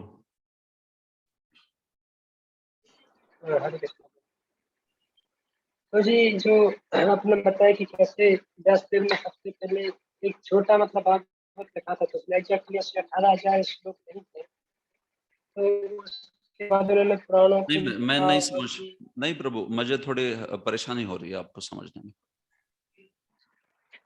एक्चुअली आपकी आवाज जो है वो स्पष्टता से नहीं आ नहीं रही, पता नहीं क्यों, कुछ तो इशू है उसमें। तो थोड़ा हाँ, सा हरे आगे कृष्ण जी, अभी ऊपर नीचे आवाज होता है। हाँ बोलिए अभी। हरे कृष्णा। अभी हाँ बोलिए। जी, जो आपने बताया स्टार्टिंग में कि कैसे जो व्यासदेव थे, तो उन्होंने पहले ऐसे 18,000 श्लोक नहीं लिखे।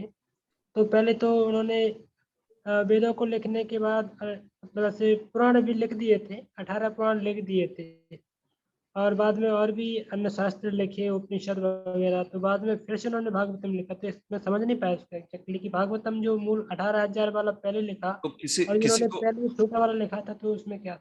किसको अन्य को समझा है उससे आप पूछिए, मैं पूरा रिपीट नहीं करूंगा क्योंकि मैंने उसको बहुत अच्छे से समझाया। हाँ, तो किसी को आप पूछिए जिसको समझा है उसको, अगर उसको भी नहीं समझा है तो फिर मुझे पूछिए। ठीक, मैंने बता दिया था, ये समझा दिया था एक्चुअली विस्तृत रूप से ये। ठीक है, रंगप्रिया माता जी बोलिए। हाँ प्रभु जी, आप बताइए, निर्विशेषवादी लोग भी माया से इतने डरते हैं क्या? ओ, निर्विशेषवादी तो बहुत डरते हैं माया से। उनको तो माया का और जो ये है भ्रम है उससे बहुत डरते हैं। इसलिए तो वो लोग भी हमेशा ब्रह्म ब्रह्म ब्रह्म करते रहते हैं। ऐसे क्यों? क्योंकि वो भ्रम से डरते हैं बहुत। जैसे सांप की तरह है वो। सर्प रज्जु खंड न्याय बोलते हैं, सांप की तरह। लेकिन वो बोलते हैं जब ज्ञान हो जाता है तो फिर पता चल जाता है कि सांप नहीं है, केवल रस्सी है करके। लेकिन वो ज्ञान होने तक तो वो डरते हैं बहुत। सांप की तरह डरते हैं एकदम। उसको सोचते हैं कि ये माया जो है बड़ी भयंकर है करके। एकदम मुझे हमेशा ज्ञान में रहना चाहिए ऐसे, इसलिए वेदांत का पठन करते रहते हैं। न इति नेति नेति नेति। हाँ, मतलब न इति का क्या अर्थ है कि ये भी माया है, ये भी माया, ये ब्रह्म नहीं है, ये ब्रह्म नहीं है, ये भी ब्रह्म नहीं। जो ब्रह्म क्या है, ओमकार आदि जप करेंगे फिर वो लोग ऐसे, तो निश्चित रूप से उनमें भय होता है, माया का भय। ओके, हरी, इसलिए बाहर नहीं आ रहे थे, आने के बाद जंगल चले। हाँ इसलिए, यस। नामावतार प्रभु। हरे कृष्ण प्रभु, दंडवत प्रणाम। धन्यवाद। तो ये प्रश्न थोड़ा मुझे तो वो जी, श्रीमद् भागवतम का आरंभ सुखदेव गोस्वामी ने शौनक आदि ऋषियों से प्रारंभ किया और उसके बाद फिर परीक्षित महाराज को भी सुनाया। तो इसको कैसे समझा जाए प्रभु, प्लीज थोड़ा मुझे क्लियर कीजिए। वही प्रश्न पूछ रहे हैं आप एक्चुअली में, देखा जाए तो जो उन्होंने भी पूछा। अच्छा, सुंदर केशव प्रभु ने। देखिए, मैं इतना ही बता रहा था कि जो भागवत है उसकी रचना श्रील व्यासदेव जी के द्वारा पहले से हुई, तब सुखदेव गोस्वामी और परीक्षित का मिलन भी नहीं हुआ था, परीक्षित को तब शाप भी नहीं मिला था, ये सब भविष्य में होने वाला था, लेकिन उसके पहले ही व्यासदेव जी ने उसको लिख दिया। हाँ, तो कब लिख दिया? तो वो बोलते हैं कि परीक्षित के द्वारा कलि निग्रहण के होने के पहले ही लिख दिया भागवतम पूरा पूरा, ऐसे। हाँ, आप में से कितने लोगों को समझा है एपिसोड मैंने जो बोला? हाथ खड़ा कीजिए, किस किस को समझा मैंने जो बोला? ठीक है, ओके। तो मुद्दा यही है कि ये जो भागवत है वो पहले से लिखा गया है। इसकी परिभाषा और एक बार होगी जब वो श्लोक आएगा, निगम कल्पतरोर गलितम फलम। ठीक है, तो अगर किसी को समझा नहीं है तो भी वहां पे फिर से मैं बताऊंगा इस चीज को। निगम कल्पतरोर गलितम फलम शुक मुखाद अमृत द्रव समितम। व्यासदेव जी लिख रहे इस श्लोक को, और क्या लिख रहे? शुक मुखाद अमृत। सुखदेव जी ने इसको बोला है। तो श्रीधर स्वामी वहां पे प्रश्न उपस्थित करते हैं, सुखदेव ने कैसे बोला? अभी तो सुखदेव जो है वो मिले भी नहीं है। और फिर बोलते हैं एक्चुअली में होने वाला है भविष्य में, लेकिन भूतकाल की तरफ बोल रहे हैं। वहां पे श्रीधर स्वामी ने उत्तर दिया है इसका। ठीक है, तो ये चीज जो है वो आगे होने वाली है। भविष्यतु भूतवत निर्दिष्टम, भविष्य को भूत की तरह बोल दिया है, आगे होने वाला है वो तो सब कुछ। तो व्यासदेव जी ने पहले से लिख डाला था, फिर बाद में परीक्षित मतलब सुखदेव को सिखाने के बाद सुखदेव जी और परीक्षित की मुलाकात हुई, और उसके बाद परीक्षित ने उनको बताया।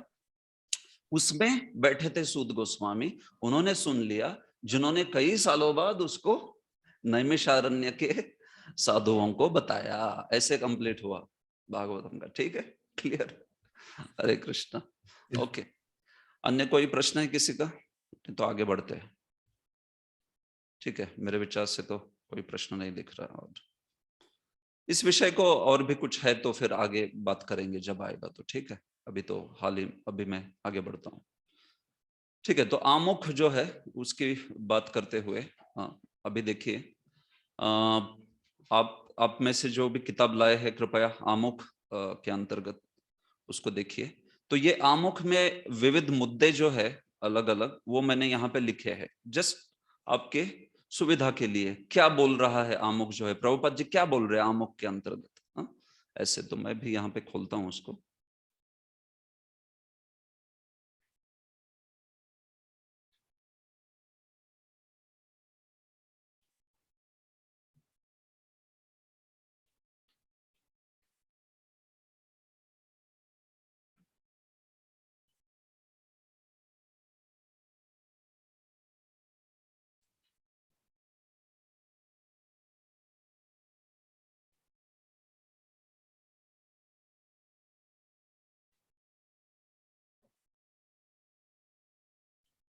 देखिए, ये है आमुख प्रीफेस, प्रभुपाद जी के ग्रंथ में प्रभुपाद जी ने दिया है ये। तो इसके अंतर्गत क्या मुद्दे बोलते हैं वो, इसमें एक साथ दो ये कैसे करते? ओके, इधर। तो समाज के लिए श्रीमद् भागवत की आवश्यकता, ऐसे ये जो सारे मुद्दे हैं वो आमुख से बोले जा रहे हैं। ठीक है, तो इसको मैं चाहूंगा कि कोई पढ़े इसको, तो मैं बोलूंगा रुक्मिणी वल्लभ प्रभु आप पढ़िए इसको, आमुख को।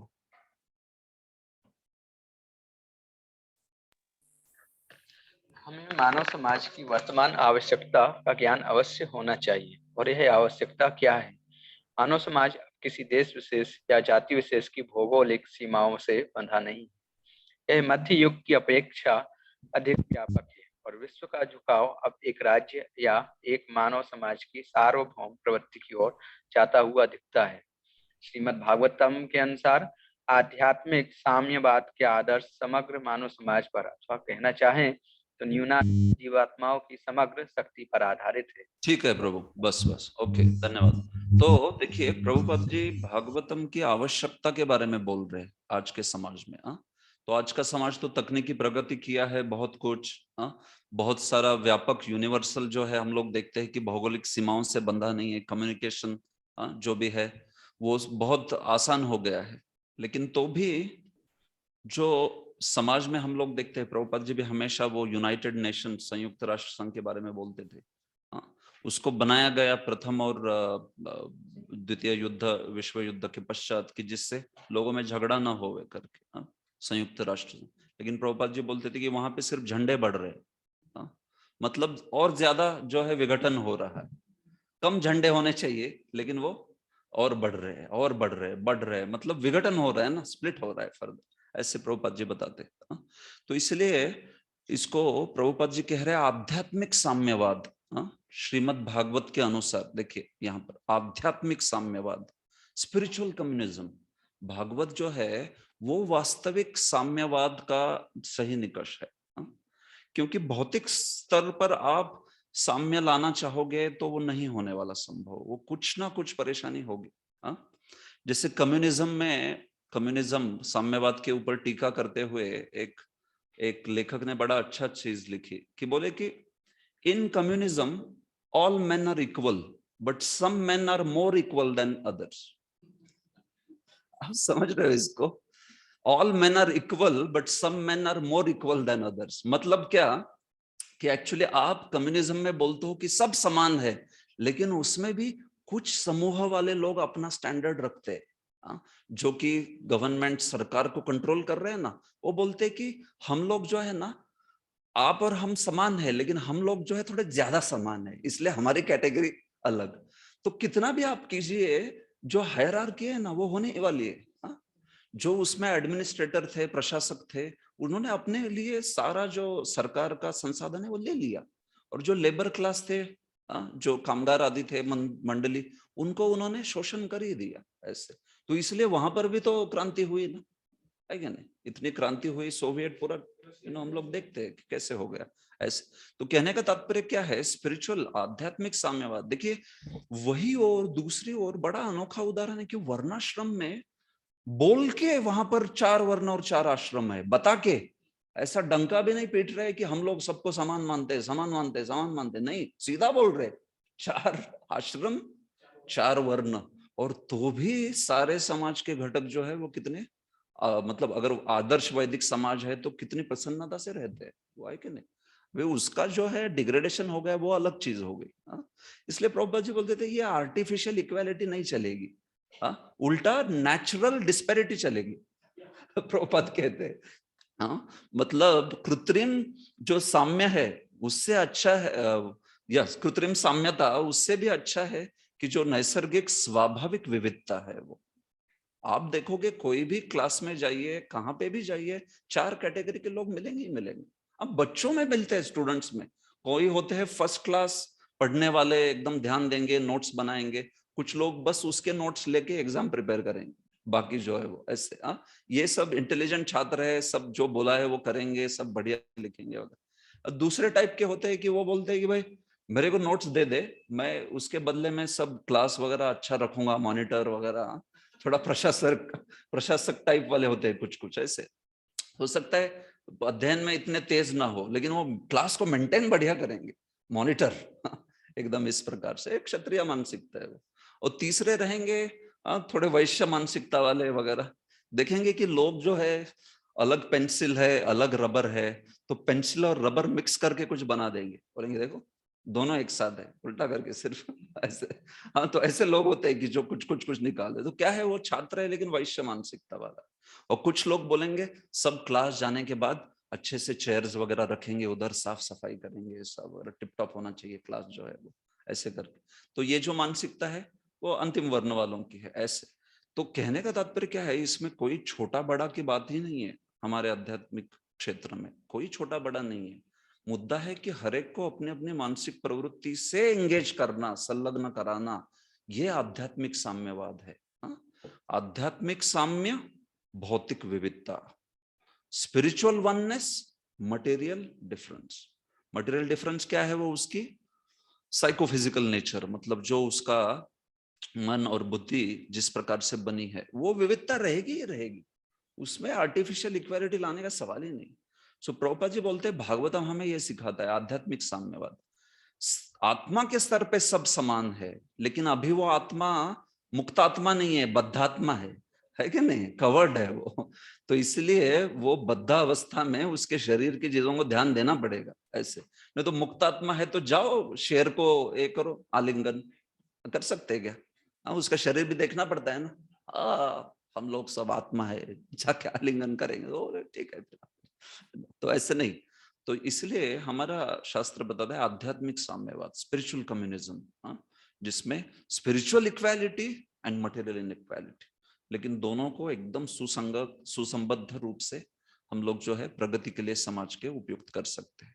तो इस प्रकार से इसके पश्चात दूसरे पैराग्राफ में प्रभुपाद जी बताते हैं कि कैसे इतनी तकनीकी प्रगति हुई है लेकिन तो भी कहीं तो कुछ चुभन है। देखिए, इस समाज के विराट वपु में कहीं ना कहीं कुछ चुभन है, जिससे छोटी छोटी बातों पर व्यापक रूप से संघर्ष हो रहे हैं, है कि नहीं?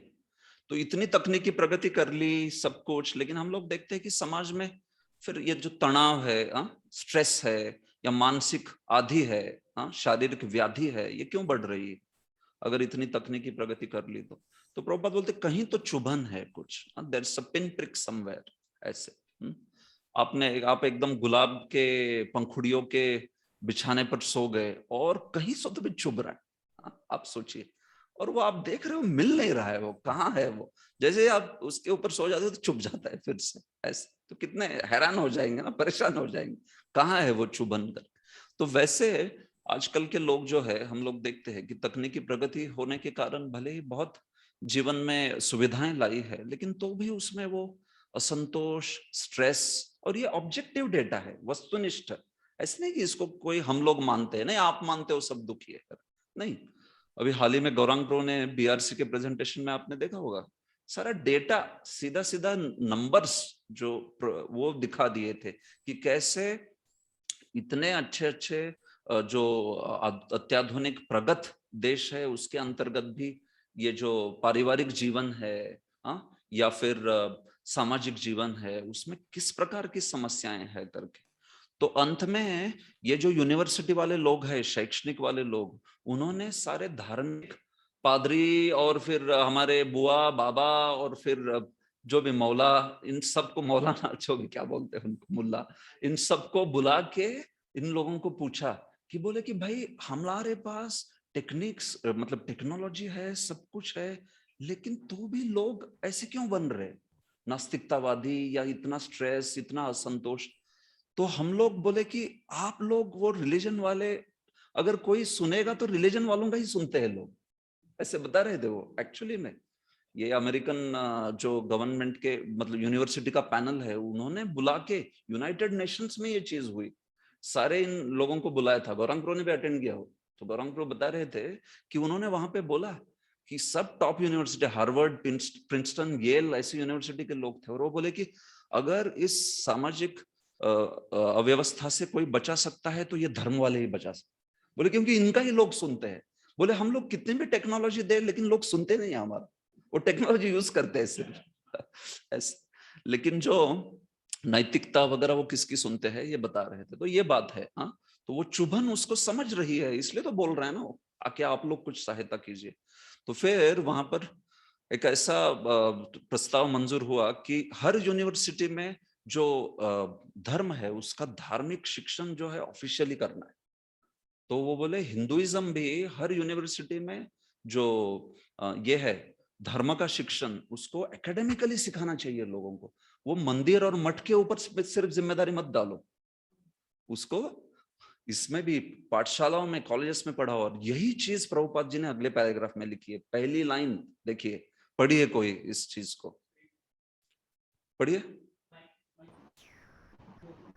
मैं पढ़ूं? एक प्रभु जी पढ़े। हरे कृष्ण। श्रीमद् भागवतम का पठन पाठन विद्यालयों तथा महाविद्यालयों में भी होना चाहिए। बोल यही चीज प्रभुपाद जी लिख रहे थे, विद्यालयों और महाविद्यालयों में भी होना चाहिए, है कि नहीं? नहीं तो मठ में हो रहा है, मंदिरों में हो रहा है, उधर तो हो ही रहा है, लेकिन महाविद्यालय और विद्यालय कब लेंगे?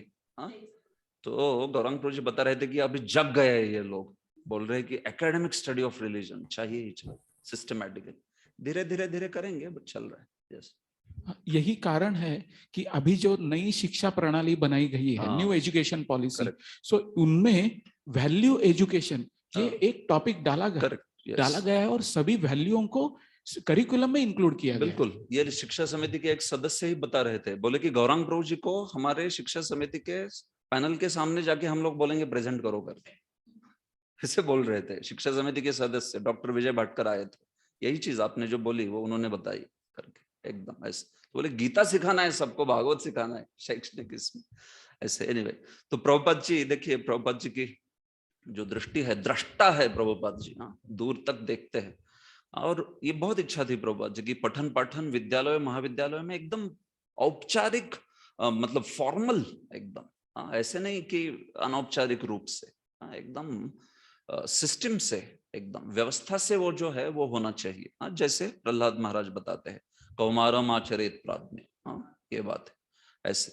तो इससे फिर हम लोग जो है देखते हैं कि धर्म का ज्ञान जो है बहुत अच्छे से हो पाएगा, हाँ। तो इस प्रकार से समाज के लिए श्रीमद् भागवत की आवश्यकता, प्रभुपाद जी बोलते हैं, विस्मयजनक तकनीकी प्रगति किंतु असंतोष की चुभन, श्रीमद् भागवत कैसे आध्यात्मिक साम्यवाद है, इसका पठन पाठन पाठशाला और महाविद्यालयों में भी होना चाहिए। इसके बाद में प्रभुपाद जी संबंध अभिधेय प्रयोजन का भागवत कैसे ज्ञान देता है ये बताते हैं ऐसे। तो इसको श्याम स्वरूपा माता जी आप पढ़ेगी इसको, श्रीमद् भागवतम न केवल, माइक आपको अनम्यूट करना पड़ेगा।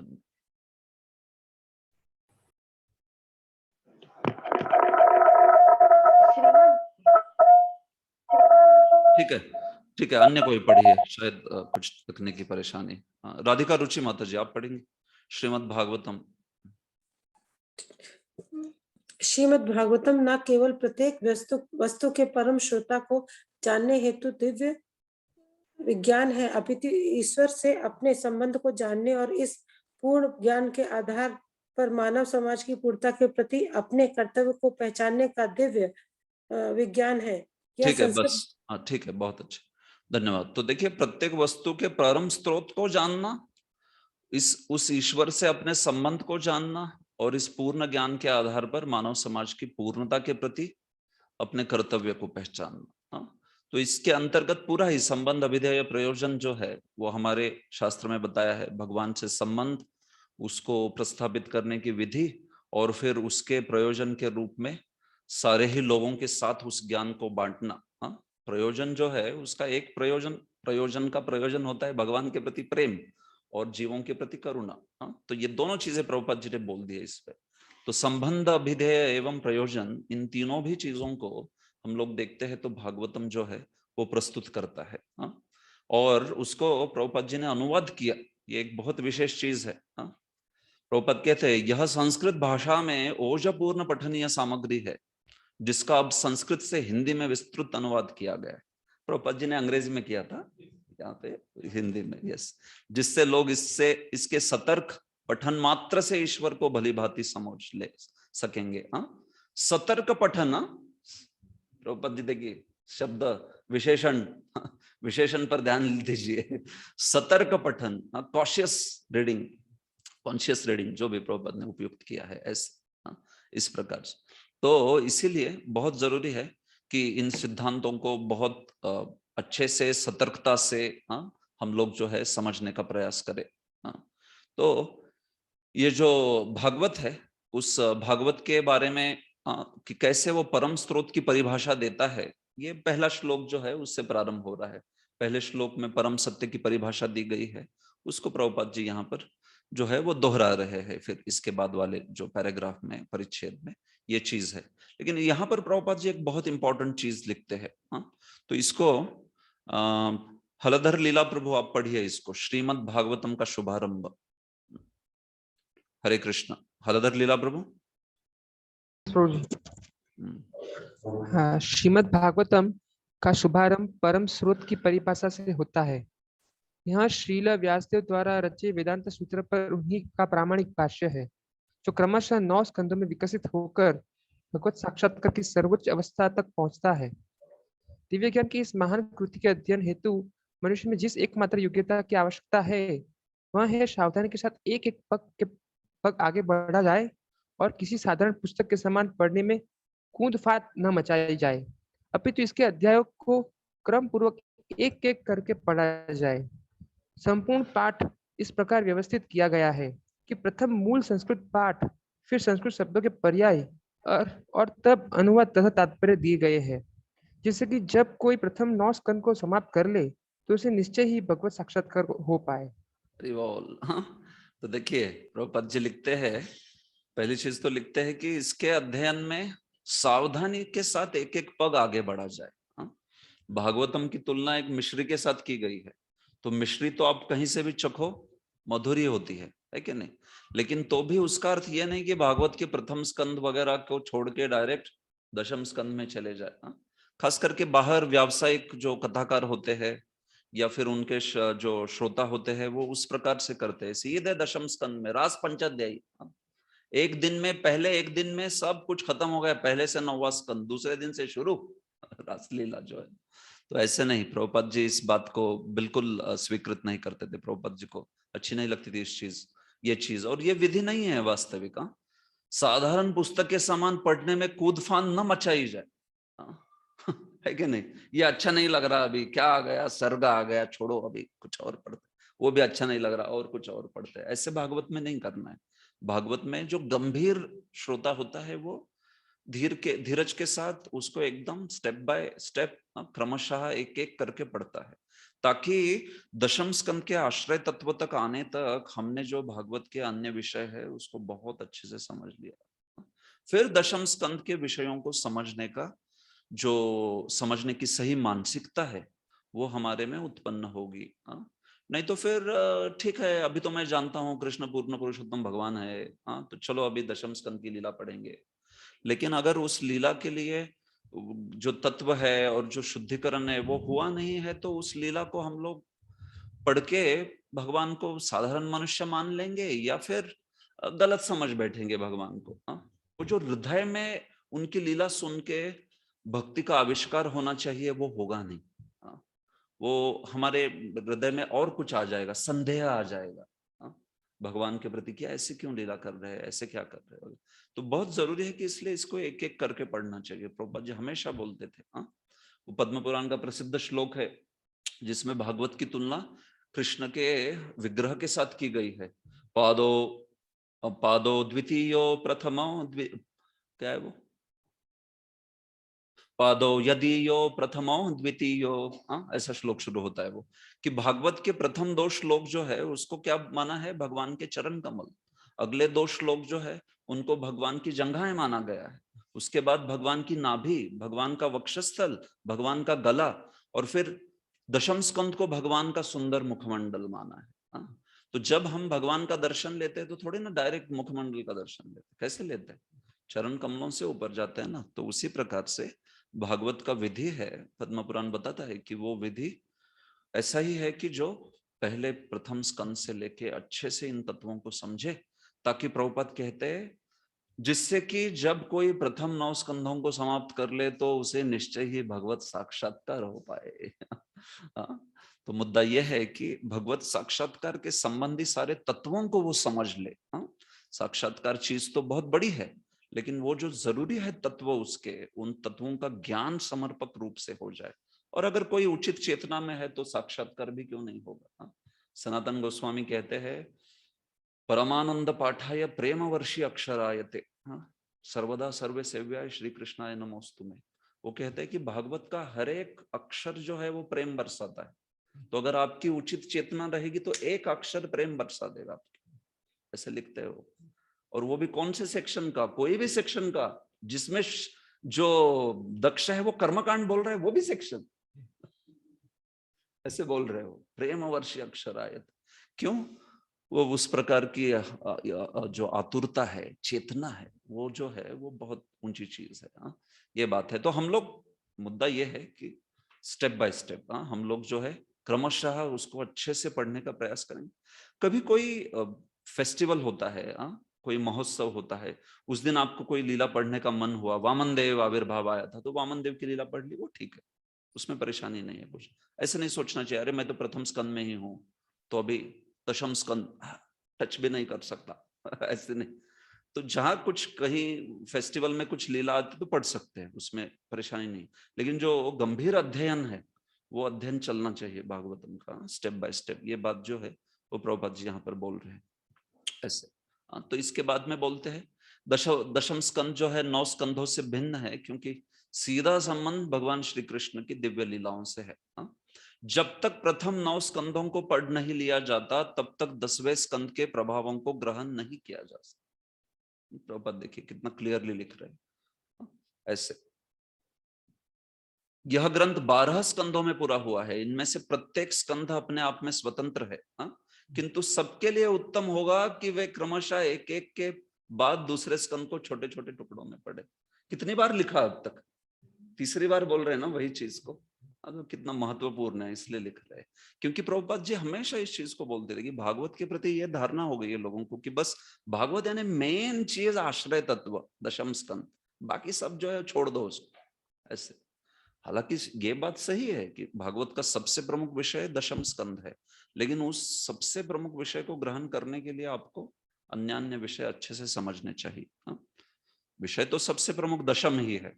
दशमस्य विशुद्ध्यर्थम नवानाम इह लक्षणम वर्णयन्ति महात्मान श्रुतेन चार्थेन चांजसा। सुखदेव गोस्वामी लिखते हैं कि सारे भागवत के 9 विषय वस्तु केवल एक विषय वस्तु को अलग करने के लिए, एक विषय वस्तु का गुणगान करने के लिए बने हैं, और वो है आश्रय, ऐसे लिखते हैं। तो एक और उस आश्रय को जाने के लिए बाकी सारे विषयों को छोड़ के जाना नहीं चाहिए जो प्रभुपाद बोल रहे हैं, और दूसरा इतने विषय पढ़ के आश्रय को छोड़ नहीं देना चाहिए। ये भी गलती नहीं होनी चाहिए, क्योंकि फाइनली वहां तक लेके जाने के लिए बना है सब कुछ। दशमस्य विशुद्ध्यर्थम, दशम की विशुद्धि, उसको डिस्टिंग्विश करने के लिए नवानाम इह लक्षणम, बाकी 9 लक्षण बोले गए हैं ऐसे। तो दशम स्कंद का बहुत महत्व है, लेकिन उस महत्व को प्रभुपाद जी सतर्कता से बता रहे हमें कि उसको स्टेप वाइज क्रमशः जो है आप पढ़ते रहिए। अंत में प्रभुपाद जी अपनी जो नम्रता है उसको भी यहाँ पर व्यक्त करते हैं। देखिए, श्रीमद् भागवतम को प्रस्तुत करते हुए मैं अपनी न्यूनताओं को स्वीकार करता हूँ, प्रभुपाद जी लिख रहे। एक्चुअली इतने महान आचार्य जिन्होंने ऐसा भागवतम का संस्करण लिख दिया कि पूरे विश्व में क्रांति मच गई उससे, ऐसे भक्त बना दे, लेकिन वो स्वयं भी अपनी न्यूनताओं को स्वीकार करते हैं, और बहुत सुंदर श्लोक भी कोट करते हैं, उसके उद्धृत करते हैं, जो कि ऐसे बोलते हैं कि प्रभुपाद जी के जैसे आचार्यों को ही ये श्लोक जो है यहाँ पे बता रहा है, उनके बारे में ही समझा रहा है कि अगर मानिए प्रभुपाद जी, देखिए प्रभुपाद ऐसा क्यों बोलते हैं, क्योंकि प्रभुपाद जी की अंग्रेजी जो थी वो मातृभाषा नहीं थी ना।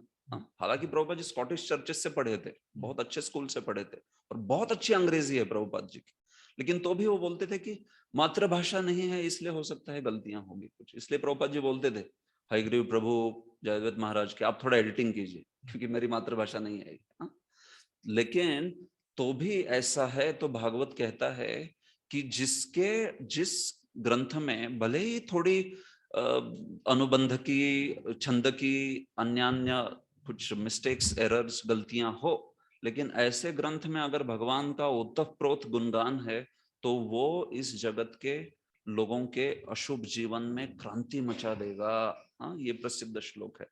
तद्वाग विसर्गो जनताघ विप्लवो यस्मिन् प्रति श्लोकम अबद्धवत्यपि नामान्यनन्तस्य यशोंकितानि यत् शृण्वन्ति गायन्ति गृह्णन्ति साधव। तो ये बड़ा सुंदर श्लोक जो है, जय श्री राधा माता जी, आप इसका अनुवाद पढ़िए।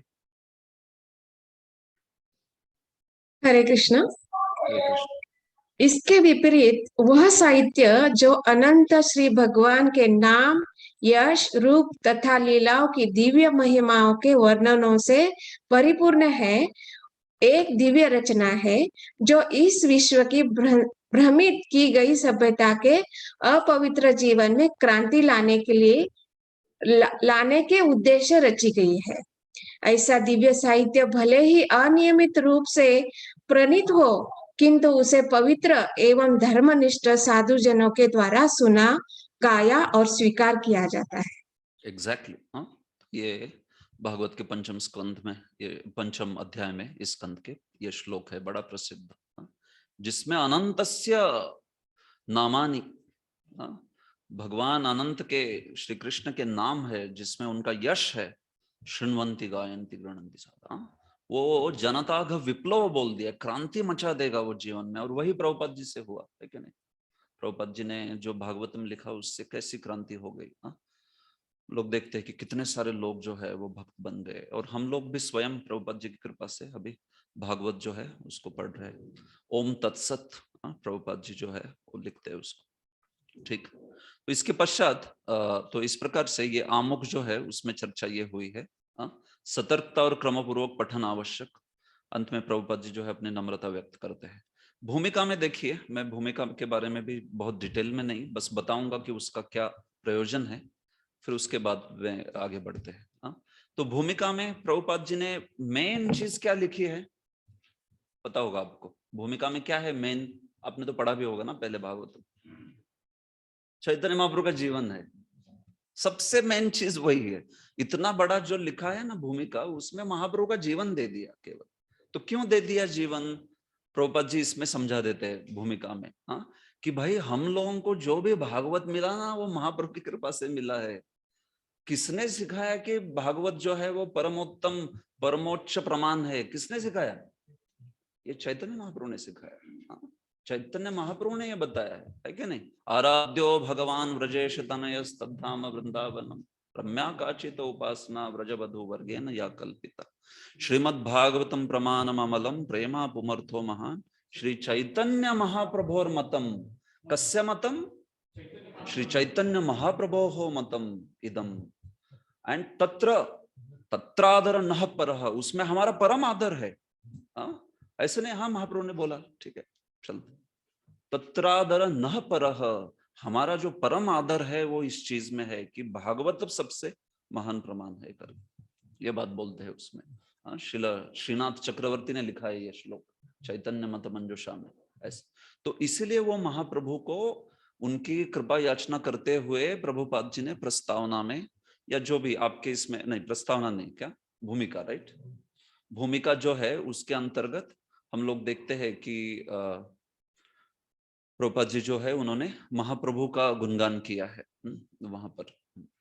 तो प्रभुपाद जी भूमिका में देखिए क्या क्या लिखते हैं। एक थोड़ी दार्शनिक चीज भी लिखे है। क्या लिखते हैं प्रभुपाद जी? पहली लाइन, ईश्वर की अवधारणा तथा परम सत्य की अवधारणा समान स्तर पर नहीं है।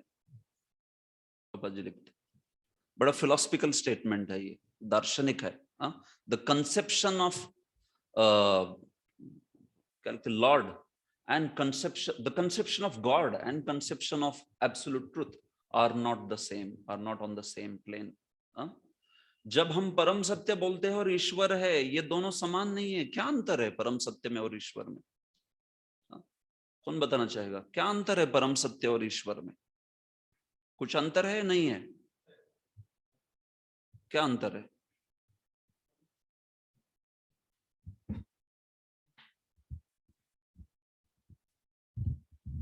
ईश्वर जब हम बोलते हैं प्रभु जी, तो वो व्यक्ति विशेष उनका बोध उसमें है। तो परम सत्य व्यक्ति, परम तत्व में व्यक्ति विशेष का बोध है, लेकिन साथ साथ वो मतलब उनका और भी एस्पेक्ट जो है, जैसे ब्रह्म, जैसे क्या एस्पेक्ट? ब्रह्म या परमात्मा, वो भी इंक्लूडेड है।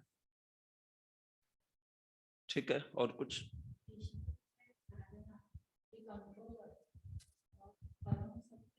कंट्रोलर नहीं है? हाँ,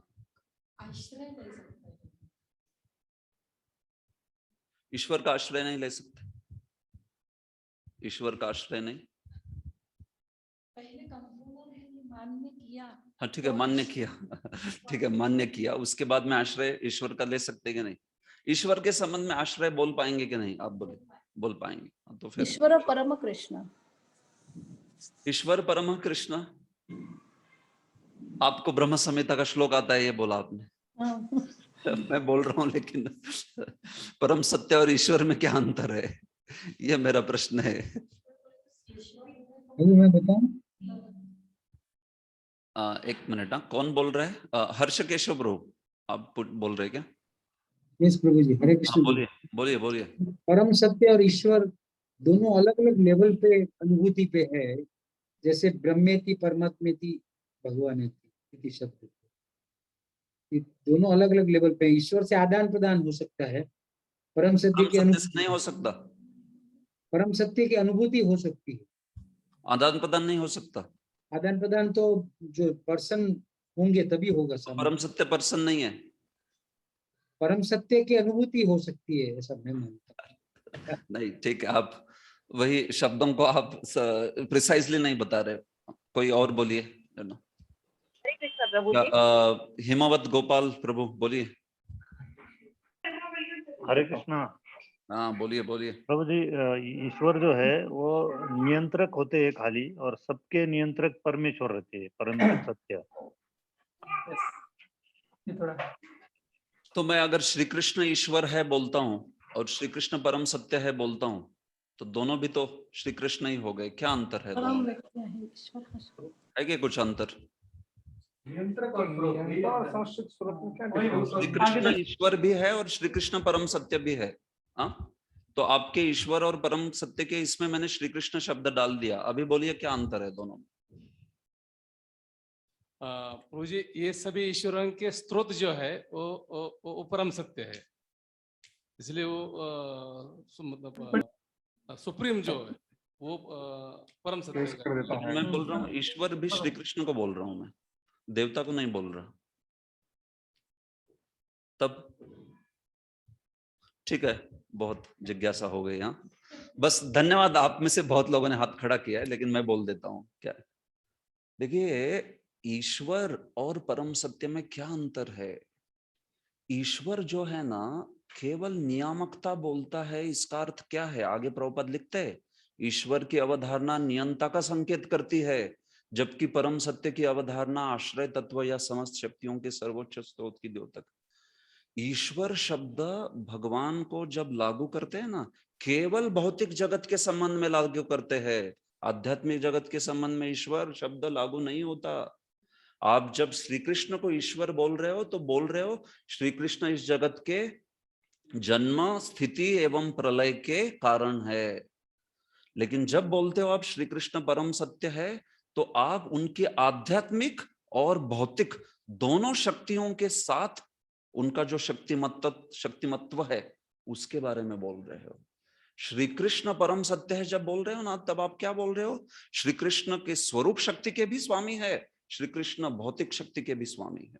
जब आप बोलते हो श्री कृष्ण ईश्वर है, तो आप बोलते हो श्री कृष्ण केवल भौतिक शक्ति के स्वामी। This is the difference, you understand? ईश्वर में और परम सत्य में। परम सत्य यानी भगवान की आध्यात्मिक, भौतिक, सब प्रकार की अनंत शक्तियों का स्रोत के रूप में जब हम बोलते हैं तो उसको परम सत्य कहा जाता है। तो वो व्यक्ति ही है, उसका आश्रय ले सकते हैं। वो जो है भक्ति के द्वारा प्रसन्न होता है, सब आया उसमें। ऐसे मत सोचिए कि परम सत्य मतलब निर्विशेष और ईश्वर मतलब व्यक्ति, बिल्कुल नहीं है ऐसा। ठीक है, तो प्रभुपाद जी देखिए बहुत फिलोसफिकल स्टेटमेंट बोले हैं शुरुआत में ही, पहले ही, क्योंकि परम सत्य के परिभाषा से ही शुरू हो रहा है सब कुछ। ईश्वर की अवधारणा नियंता का संकेत करती है, तो ये जो नियंता है, ये नियामकता है, ये भौतिक जगत के संपर्क में बोली जाती है। तो वो जन्म हो, स्थिति हो, प्रलय हो, तीनों केस में नियामकता लगेगी। लेकिन जब परम सत्य की अवधारणा बोलते हैं, समम बौनम आश्रय तत्व, समस्त शक्तियों के सर्वोच्च स्रोत की द्योतक। समस्त शक्तियां मतलब भौतिक शक्ति आई कि नहीं, और दूसरी कौन सी आई? आध्यात्मिक। दैट्स द पॉइंट, आध्यात्मिक शक्ति आई। तो दिस इज द पॉइंट। इसलिए God is different and Lord Krishna is different. God शब्द जो है ना, जनरेटर, ऑपरेटर, डिस्ट्रॉयर, ये कहां से आया? ये वेस्ट से आया गॉड शब्द जो है। तो ये जो है किसके बारे में बात कर रहा है? सृष्टि, स्थिति, प्रलय, मतलब ईश्वर के परम सत्य। ईश्वर, गॉड इज ओनली टेलिंग ईश्वर, it is not speaking about परम सत्य एट ऑल।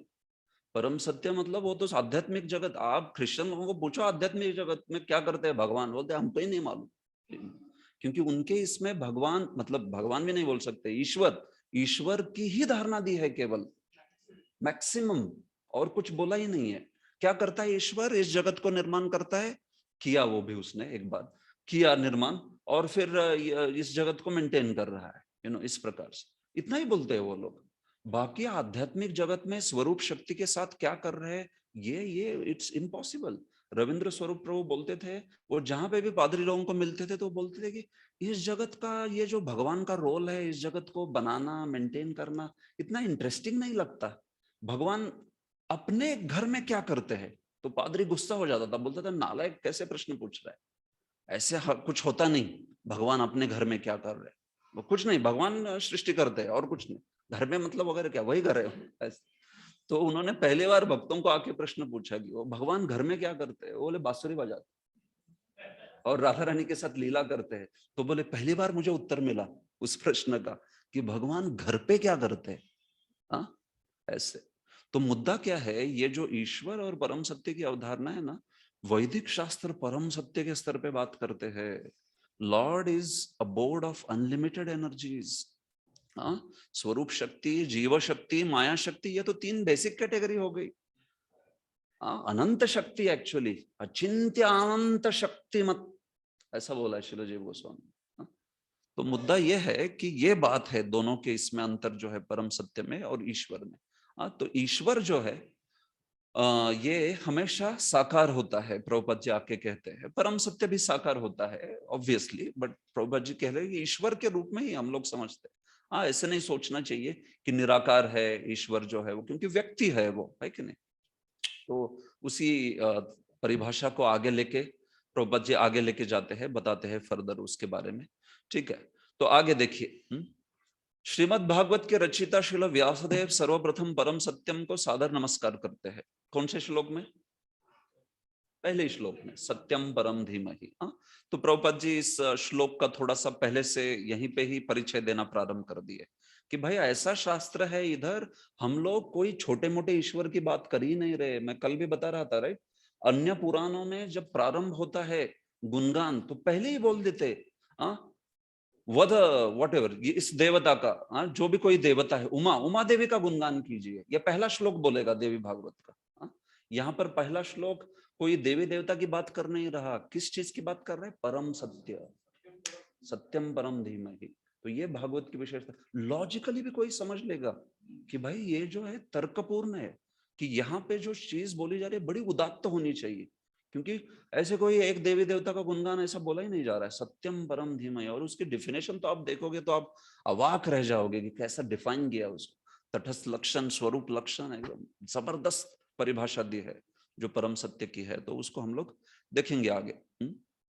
आगे देखिए प्रभुपाद जी। जन्माद्यस्य वगैरह ये सब चीजें जो है उसी श्लोक की बता रहे हैं। मैं इसको तो हम लोग डिटेल में देखेंगे, इसलिए इस पे ऊपर बोलूंगा नहीं। देखिए, ईश्वर और परम सत्य की धारणाओं में अंतर हमने देख लिया ये।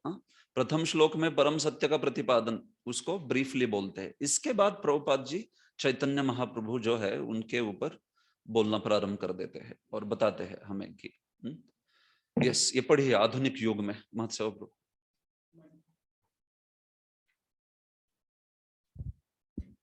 आधुनिक युग में भगवान श्री चैतन्य महाप्रभु ने व्यवहारिक निर्देशन द्वारा श्रीमद् भागवतम का प्रचार किया।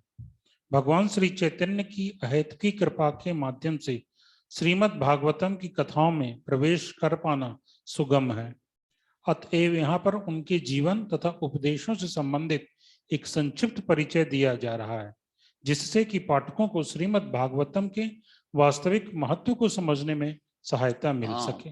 तो इसलिए महाप्रभु का गुणगान किया है, समझ रहे ना, क्योंकि जिन्होंने अपने व्यवहार से दिखा दिया कि भागवत क्या होता है। ग्रंथ भागवत होता है और व्यक्ति भागवत होता है। तो महाप्रभु ने अपने व्यक्तित्व से दिखा दिया कि ग्रंथ भागवत के सिद्धांत क्या है।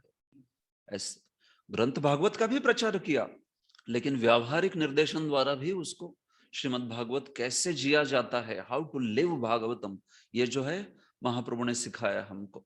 और हमारे संप्रदाय में भागवत ही सर्वश्रेष्ठ प्रमाण है, ये भी महाप्रभु ने ही ज्ञान दिया। महाप्रभु ने रूप शिक्षा, सनातन शिक्षा में सब कुछ बोल दिया। एक्चुअली देखा जाए तो महाप्रभु ने केवल 8 श्लोक लिखे हैं, कुछ नहीं लिखा, लेकिन उस शिक्षाओं में इतना उनको ज्ञान दे दिया कि उसके बाद अपने आचार्य लिख ही रहे, लिखते ही जा रहे, इतना ज्ञान। तो एक आचार्य गुणगान करते हैं कि एक्चुअली महाप्रभु जो है वो इतने महान है कि सारा ज्ञान उन्होंने ही दे दिया, लेकिन केवल गुणगान हो जीव गोस्वामी का, रूप गोस्वामी का, सनातन गोस्वामी का, इसलिए श्रेय उनको दे दिया पूरा। अचिंत्य भेदाभेद तत्व, ये जो शीर्षक है ये तक महाप्रभु ने नहीं दिया। ये किसने दिया? जीव गोस्वामी ने दिया है। हमारे संप्रदाय की तत्व ज्ञान अचिंत्य भेदाभेद है, ये नाम दिया है जीव गोस्वामी ने, ये महाप्रभु ने नहीं दिया। तो महाप्रभु दे सकते थे, महाप्रभु सब कुछ पुस्तक भी लिख सकते थे, वो क्या नहीं कर सकते, लेकिन तो भी किसको दे दिया? गोस्वामियों को दे दिया, क्योंकि क्रेडिट दे दिया उनको, श्रेय दे दिया। श्री कृष्ण जैसे बोले ना, निमित्त मात्रम भव सव्यसाचिन, दैट्स इट। मया एव निहिता पूर्वे, सब मारे गए मेरे द्वारा, बस तू मारे को मार रहा है, पिष्ट पेशन, जो पीटा हुआ है उसको पीट रहा है। और ऐसे सो सिमिलरली श्री कृष्ण चैतन्य महाप्रभु ने सब ज्ञान दे दिया पहले से, और बोले अभी आप बस किताबें लिखो।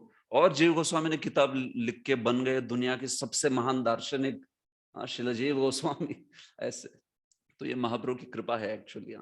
तो ऐसे ये जो महाप्रभु है, उनके जीवन से हम लोग एक भागवत कैसे जीना चाहिए वो भी बता रहे हैं। अंतिम प्रभुपाद जी लिखते हैं, यह अनिवार्य है कि किसी व्यक्ति भागवत से ही श्रीमद् भागवतम सीखा जाए। व्यक्ति भागवत वह है जिसका जीवन ही व्यावहारिक रूप से श्रीमद् भागवतम है। तो भागवत सीखते भी है तो व्यक्ति भागवत से सीखना चाहिए, जो जीवन में उसका अपने जीवन में आचरण कर रहा है और प्रयास कर रहा है कम से कम। देखिए, भागवत बोलने का वास्तविक स्टैंडर्ड तो मुक्त जीव बोल सकता है। तो फिर मैंने तो सबसे नीचे उतरना चाहिए सबसे जल्दी। मुक्त जीव की वो पात्रता है। लेकिन प्रभुपाद जी लिखते हैं, निवृत्त दर्शे रूप गीयमाणात्, उस श्लोक के तात्पर्य में आप देखिए, प्रभुपाद जी कहते हैं कि कृष्ण भावनामृत जो है, हालांकि वो मुक्त लोगों की ही पात्रता है उस पे बोलने की, लेकिन हमारा कृष्ण भावनामृत आंदोलन जो है वो प्रशिक्षण के रूप में अन्य भक्तों को भी बोलने देते। तो इट्स अ ट्रेनिंग ग्राउंड, हम लोग ट्रेनिंग के रूप में जो है इसको स्वीकार किए। नहीं तो आप है या मैं हूं, कल को आप भागवत के ऊपर बोलोगे तो ऐसे नहीं, भागवत व्यक्ति भागवत समझे कि नहीं, लो आश्रय मेरा, ऐसे नहीं। हम लोग क्या है एक्चुअली, वास्तविक निवृत्त तर्षे रूप गीयमानात्, भागवत बोलने की जिसकी ताकत है ना, उसकी पात्रता बोली गई। निवृत्त तर्ष, पूछो स्वयं को, तुम्हारी चली गई है क्या तृष्णा सभी? ऐसे तो ये वास्तविक पात्रता है। तो एक्चुअली में वास्तविक हमारी पात्रता नहीं है, बस हम जितनी हद तक प्रभुपाद जी के सिद्धांत बताएंगे, आचार्यों के सिद्धांत को बताएंगे ना, उतनी हद तक हमारी पात्रता है। ऐसे गंगा संगेन नैर्मल्यम, जितना गंगा से जुड़ेगा पानी उतना गंगा कहलाएगा। गंगा से हटके तो लोग बोलेंगे गटर बह रही है कि नहीं, लेकिन गंगा के साथ जुड़ गई तो लोग बोलेंगे गंगा है करके, फिर उसमें कुछ ताकत है किसी को शुद्ध करने की, खुद के जीवन को शुद्ध करने की। तो इसलिए प्रभुपाद जी के तात्पर्य, आचार्यों की वाणी, इसको लेखे हुए चलना चाहिए। नहीं तो फिर खुद का दिमाग लगाते बैठेंगे और अलग अलग निकालेंगे क्या क्या सिद्धांत, तो उसमें कुछ ताकत नहीं रहेगी। वो हम लोग देखते हैं कि उससे किसी का कुछ फायदा भी नहीं होता है। तो इसीलिए प्रभुपाद जी यहाँ पर हमें श्री चैतन्य महाप्रभु के आश्रय लेने को यहाँ पे उत्साह कर रहे हैं। तो इसके बाद में चैतन्य महाप्रभु का इस प्रकार से परिचय जो है वो दिया है उन्होंने, तो इसको आप पढ़ लीजिए। हम लोग इसके बाद में आगे प्रथम स्कंद के प्रथम श्लोक पे बोलेंगे। तो मैं बस कुछ टीकाओं को बताना चाहता हूँ, संस्कृत टीकाएं, जिसको मैं उद्धृत करता रहूंगा क्लासेस के बीच में। तो कभी मैं श्रीधर स्वामी बोलूं या जीव गोस्वामी बोलूं तो आपको कंफ्यूजन ना हो कि कहाँ पे बोलते हैं, इसलिए मैं ये लिख दिया हूँ यहाँ पर। जो भी मैं बोलूंगा यहाँ पर कोट कर रहा हूँ कोई आचार्य तो इन ग्रंथों से होंगे। श्रीपाद श्रीधर स्वामी की टीका का नाम है भावार्थ दीपिका, जीव गोस्वामी की टीका का नाम है क्रम संदर्भ, विश्वनाथ चक्रवर्ती ठाकुर की टीका का नाम है सारार्थ दर्शिनी, श्रीपाद वीर राघव आचार्य श्री संप्रदाय के आचार्य है भागवत चंद्रिका, विजय ध्वज तीर्थ मध्व संप्रदाय के आचार्य है, उनकी टीका है पदरत्नावली, श्रीपाद वंशीधर जो है वो एक महान वैष्णव है, भावार्थ दीपिका प्रकाश, और अंत में श्रीपाद वल्लभाचार्य की टीका है सुबोधनी। ये तो कुछ प्रमुख है। भागवत पे छोटी बड़ी मिला के 210 टीकाएं हैं, 210।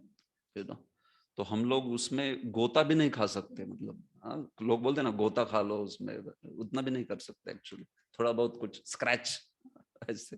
तो इसमें से भी बोलूंगा तो आप लोग कभी बोल रहे वो बस हो गया है क्या, टू मच ऐसे। तो प्रभुपाद जी का मेन परपोर्ट प्रभुपाद जी का कवर करेंगे, उसके साथ जो भी प्रभुपाद जी ने टच किया है अन्य आचार्य उनको भी बोलेंगे, ठीक है ऐसे। ओके, तो हम लोग यहाँ पर विराम देते हैं, कल से हम लोग जन्माद्यस्य की परिभाषा करेंगे, ठीक है। किसी का कोई प्रश्न है तो पूछिए, फिर हम लोग आज के सत्र को विराम देंगे। तो किसी को लेट हो रहा है तो निश्चित रूप से आप आगे बढ़िए। यस, हाँ हाँ ठीक है, वो प्रार्थना जो है कृष्ण लीला स्तव की मैं वो व्हाट्सएप ग्रुप पे शेयर कर दूंगा, ठीक है, तो उसको पढ़िए। अन्य कुछ क्या पूछना चाहता है कोई?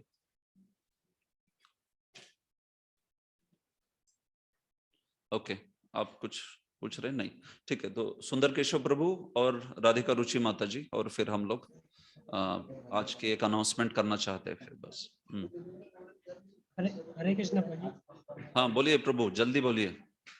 प्रभु जी, जो एक तो हमने कल जो वेदों का चर्चा किया था, जो 9 अजब क्या बताए थे, 10 जो अजब जो श्लोक जो मतलब स्टार्टिंग में उनको मिले तो व्यासदेव ने उनको लिखा, और बाद में आपने जो आज जो भागवतम का जो चर्चा किया है, एग्जैक्टली भागवतम 2 भागवतम लिखे गए थे, तो ये दोनों कॉन्सेप्ट थोड़ा सा हमें क्लियर करना था, तो यदि मैं आपको या तो पर्सनल बात कर सकता हूँ या कैसे कर सकता हूँ? ठीक है, मैं यस प्रभु, आप मेरा नंबर तो नोट किए होंगे व्हाट्सएप ग्रुप पर, तो मुझे कभी मैसेज कीजिए, मैं अपने निजी समय से निकाल के आपको समय दे दूंगा कुछ, ठीक। प्रभु जी, वो गंगा का पानी का आपने जो एग्जांपल लिया अभी, गंगे का प्रवाह में जो पानी मिक्स होता है वो शुद्ध होता है, अलग हो तो गटर का गंगा होगा। फिर इसके संदर्भ में दिया क्या हुआ? संदर्भ ये था कि ये संदर्भ ये है श्रीपाद जय तीर्थ, मध्व संप्रदाय के एक महान आचार्य, हमारे संप्रदाय के श्रीपाद जय तीर्थ। किसके संदर्भ में आपने एग्जांपल लिया कि मैं बता हम रहा था, इतने शुद्ध नहीं लेकिन हम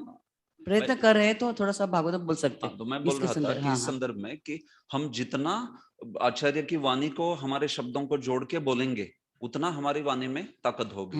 अगर अलग से आचार्य का मत अलग और हम लोग अलग कर रहे हैं तो वो गटर के पानी जैसा है वो। अच्छा, और स्वरूप, जीव और माया शक्ति, ये भी 3 आपने बताया, वो भी थोड़ा सा विस्तार से बताओ। कभी आगे चर्चा आएगी। स्वरूप शक्ति, माया शक्ति और जीव शक्ति, ये 3 भगवान की प्रमुख शक्तियां। ईश्वर और इसके संदर्भ में आप बता रहे थे ईश्वर और नहीं, अब सुनिए, ये 3 शक्तियां प्रमुख है और इसकी बहुत विस्तृत व्याख्या होगी आगे। हाँ, तो आप बस नोट कीजिए अभी उसको। राधिका रुचि माता जी बोलिए। हरि बोल प्रभु जी, दंडवत प्रणाम। प्रभु जी, जैसे आपने बताया आमुख में कि हम जो भागवतम पढ़ते हैं तो हमें जल्दी जल्दी नहीं पढ़ना चाहिए, समझ के पढ़ना चाहिए, लेकिन अभी हमारे अंदर उतनी पात्रता तो नहीं है, तो हम क्या मतलब उसको पढ़ नहीं सकेंगे क्या?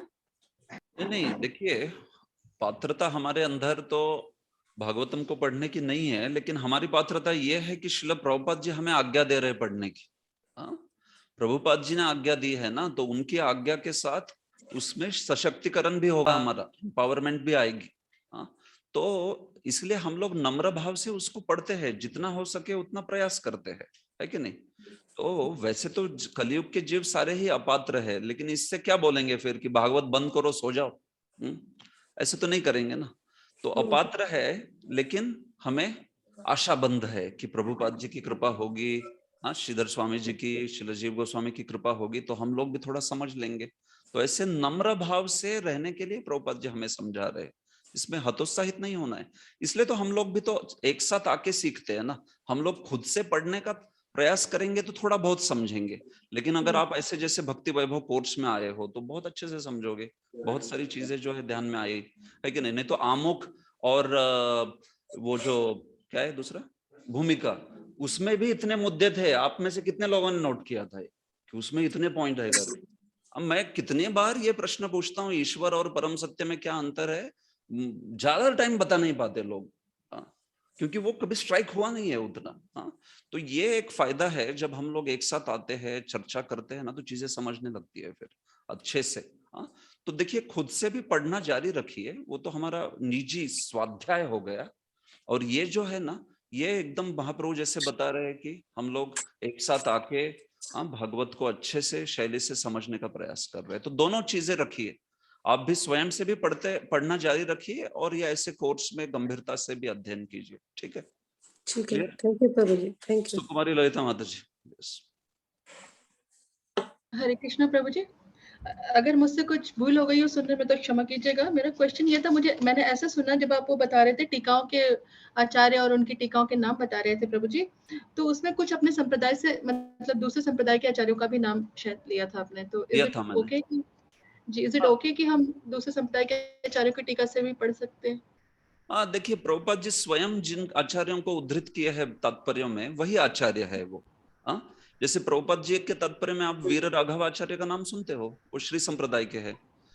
विजय ध्वज तीर्थ माधव संप्रदाय के हैं। हाँ, श्रीधर स्वामी जो है वो अगर देखिए रुद्र संप्रदाय के हैं। तो ये सब जो आचार्य है ना, प्रामाणिक आचार्य है, वल्लभाचार्य है, हाँ, वो भी है। हाँ, तो ये जो है सब प्रामाणिक आचार्य है और प्रभुपाद जी ने स्वयं इनके उद्धृत किए कई सारे कोट, तो इसको पढ़ सकते हैं। लेकिन वैसे भी ये सारे संस्कृत में है, तो आप अगर आप संस्कृत जानती हो तो आप उसको पढ़ सकती हो, नहीं तो आपको मेरे से सुनने के सिवा और कोई चारा नहीं है कि नहीं? हरे कृष्णा। मेरा ये था कि प्रभु जी अगर हम लोग कभी एग्जांपल कोट करते हैं तो इज इट ओके अपने उसमें मतलब प्रचार के समय एग्जांपल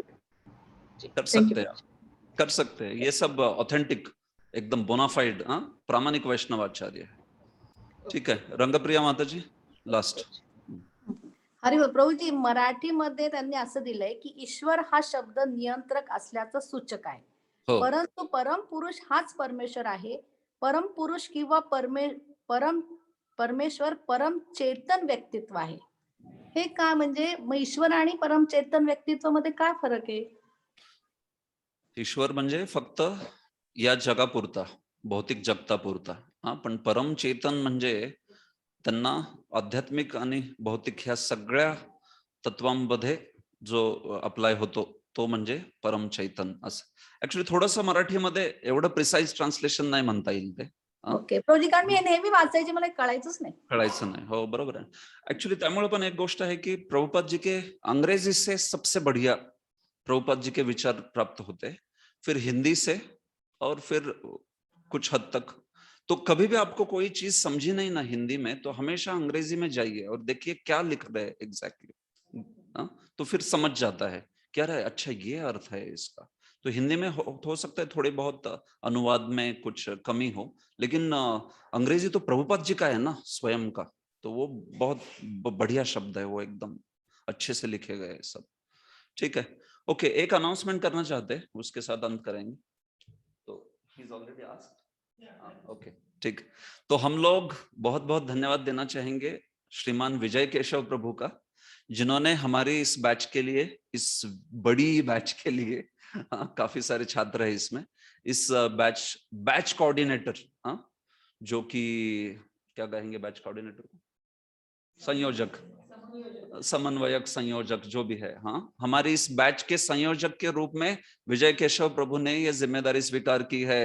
हरि बोल, हरि बोल। सो हम लोग उनको बहुत बहुत धन्यवाद देंगे, है कि नहीं? क्योंकि आराम से सुनने में, नोट्स बनाने में तो सारे ही तत्पर है, लेकिन कोई उस चिंता को भी स्वीकार कर रहा है कि लोग और लोगों के अटेंडेंस और ये वो जो भी जिम्मेदारियां हैं, तो पठन करते करते वो सब उतना त्याग भी कर रहे हैं कि इन जिम्मेदारियों को स्वीकार है, तो उनको विशेष कृपा मिलेगी। विशेष कृपा मतलब भगवान की भगवान की विशेष कृपा। ठीक है, ओके। ग्रंथराज श्रीमद् भागवतम की जय, श्रील प्रभुपाद की जय, ताई गौर प्रेमानंद।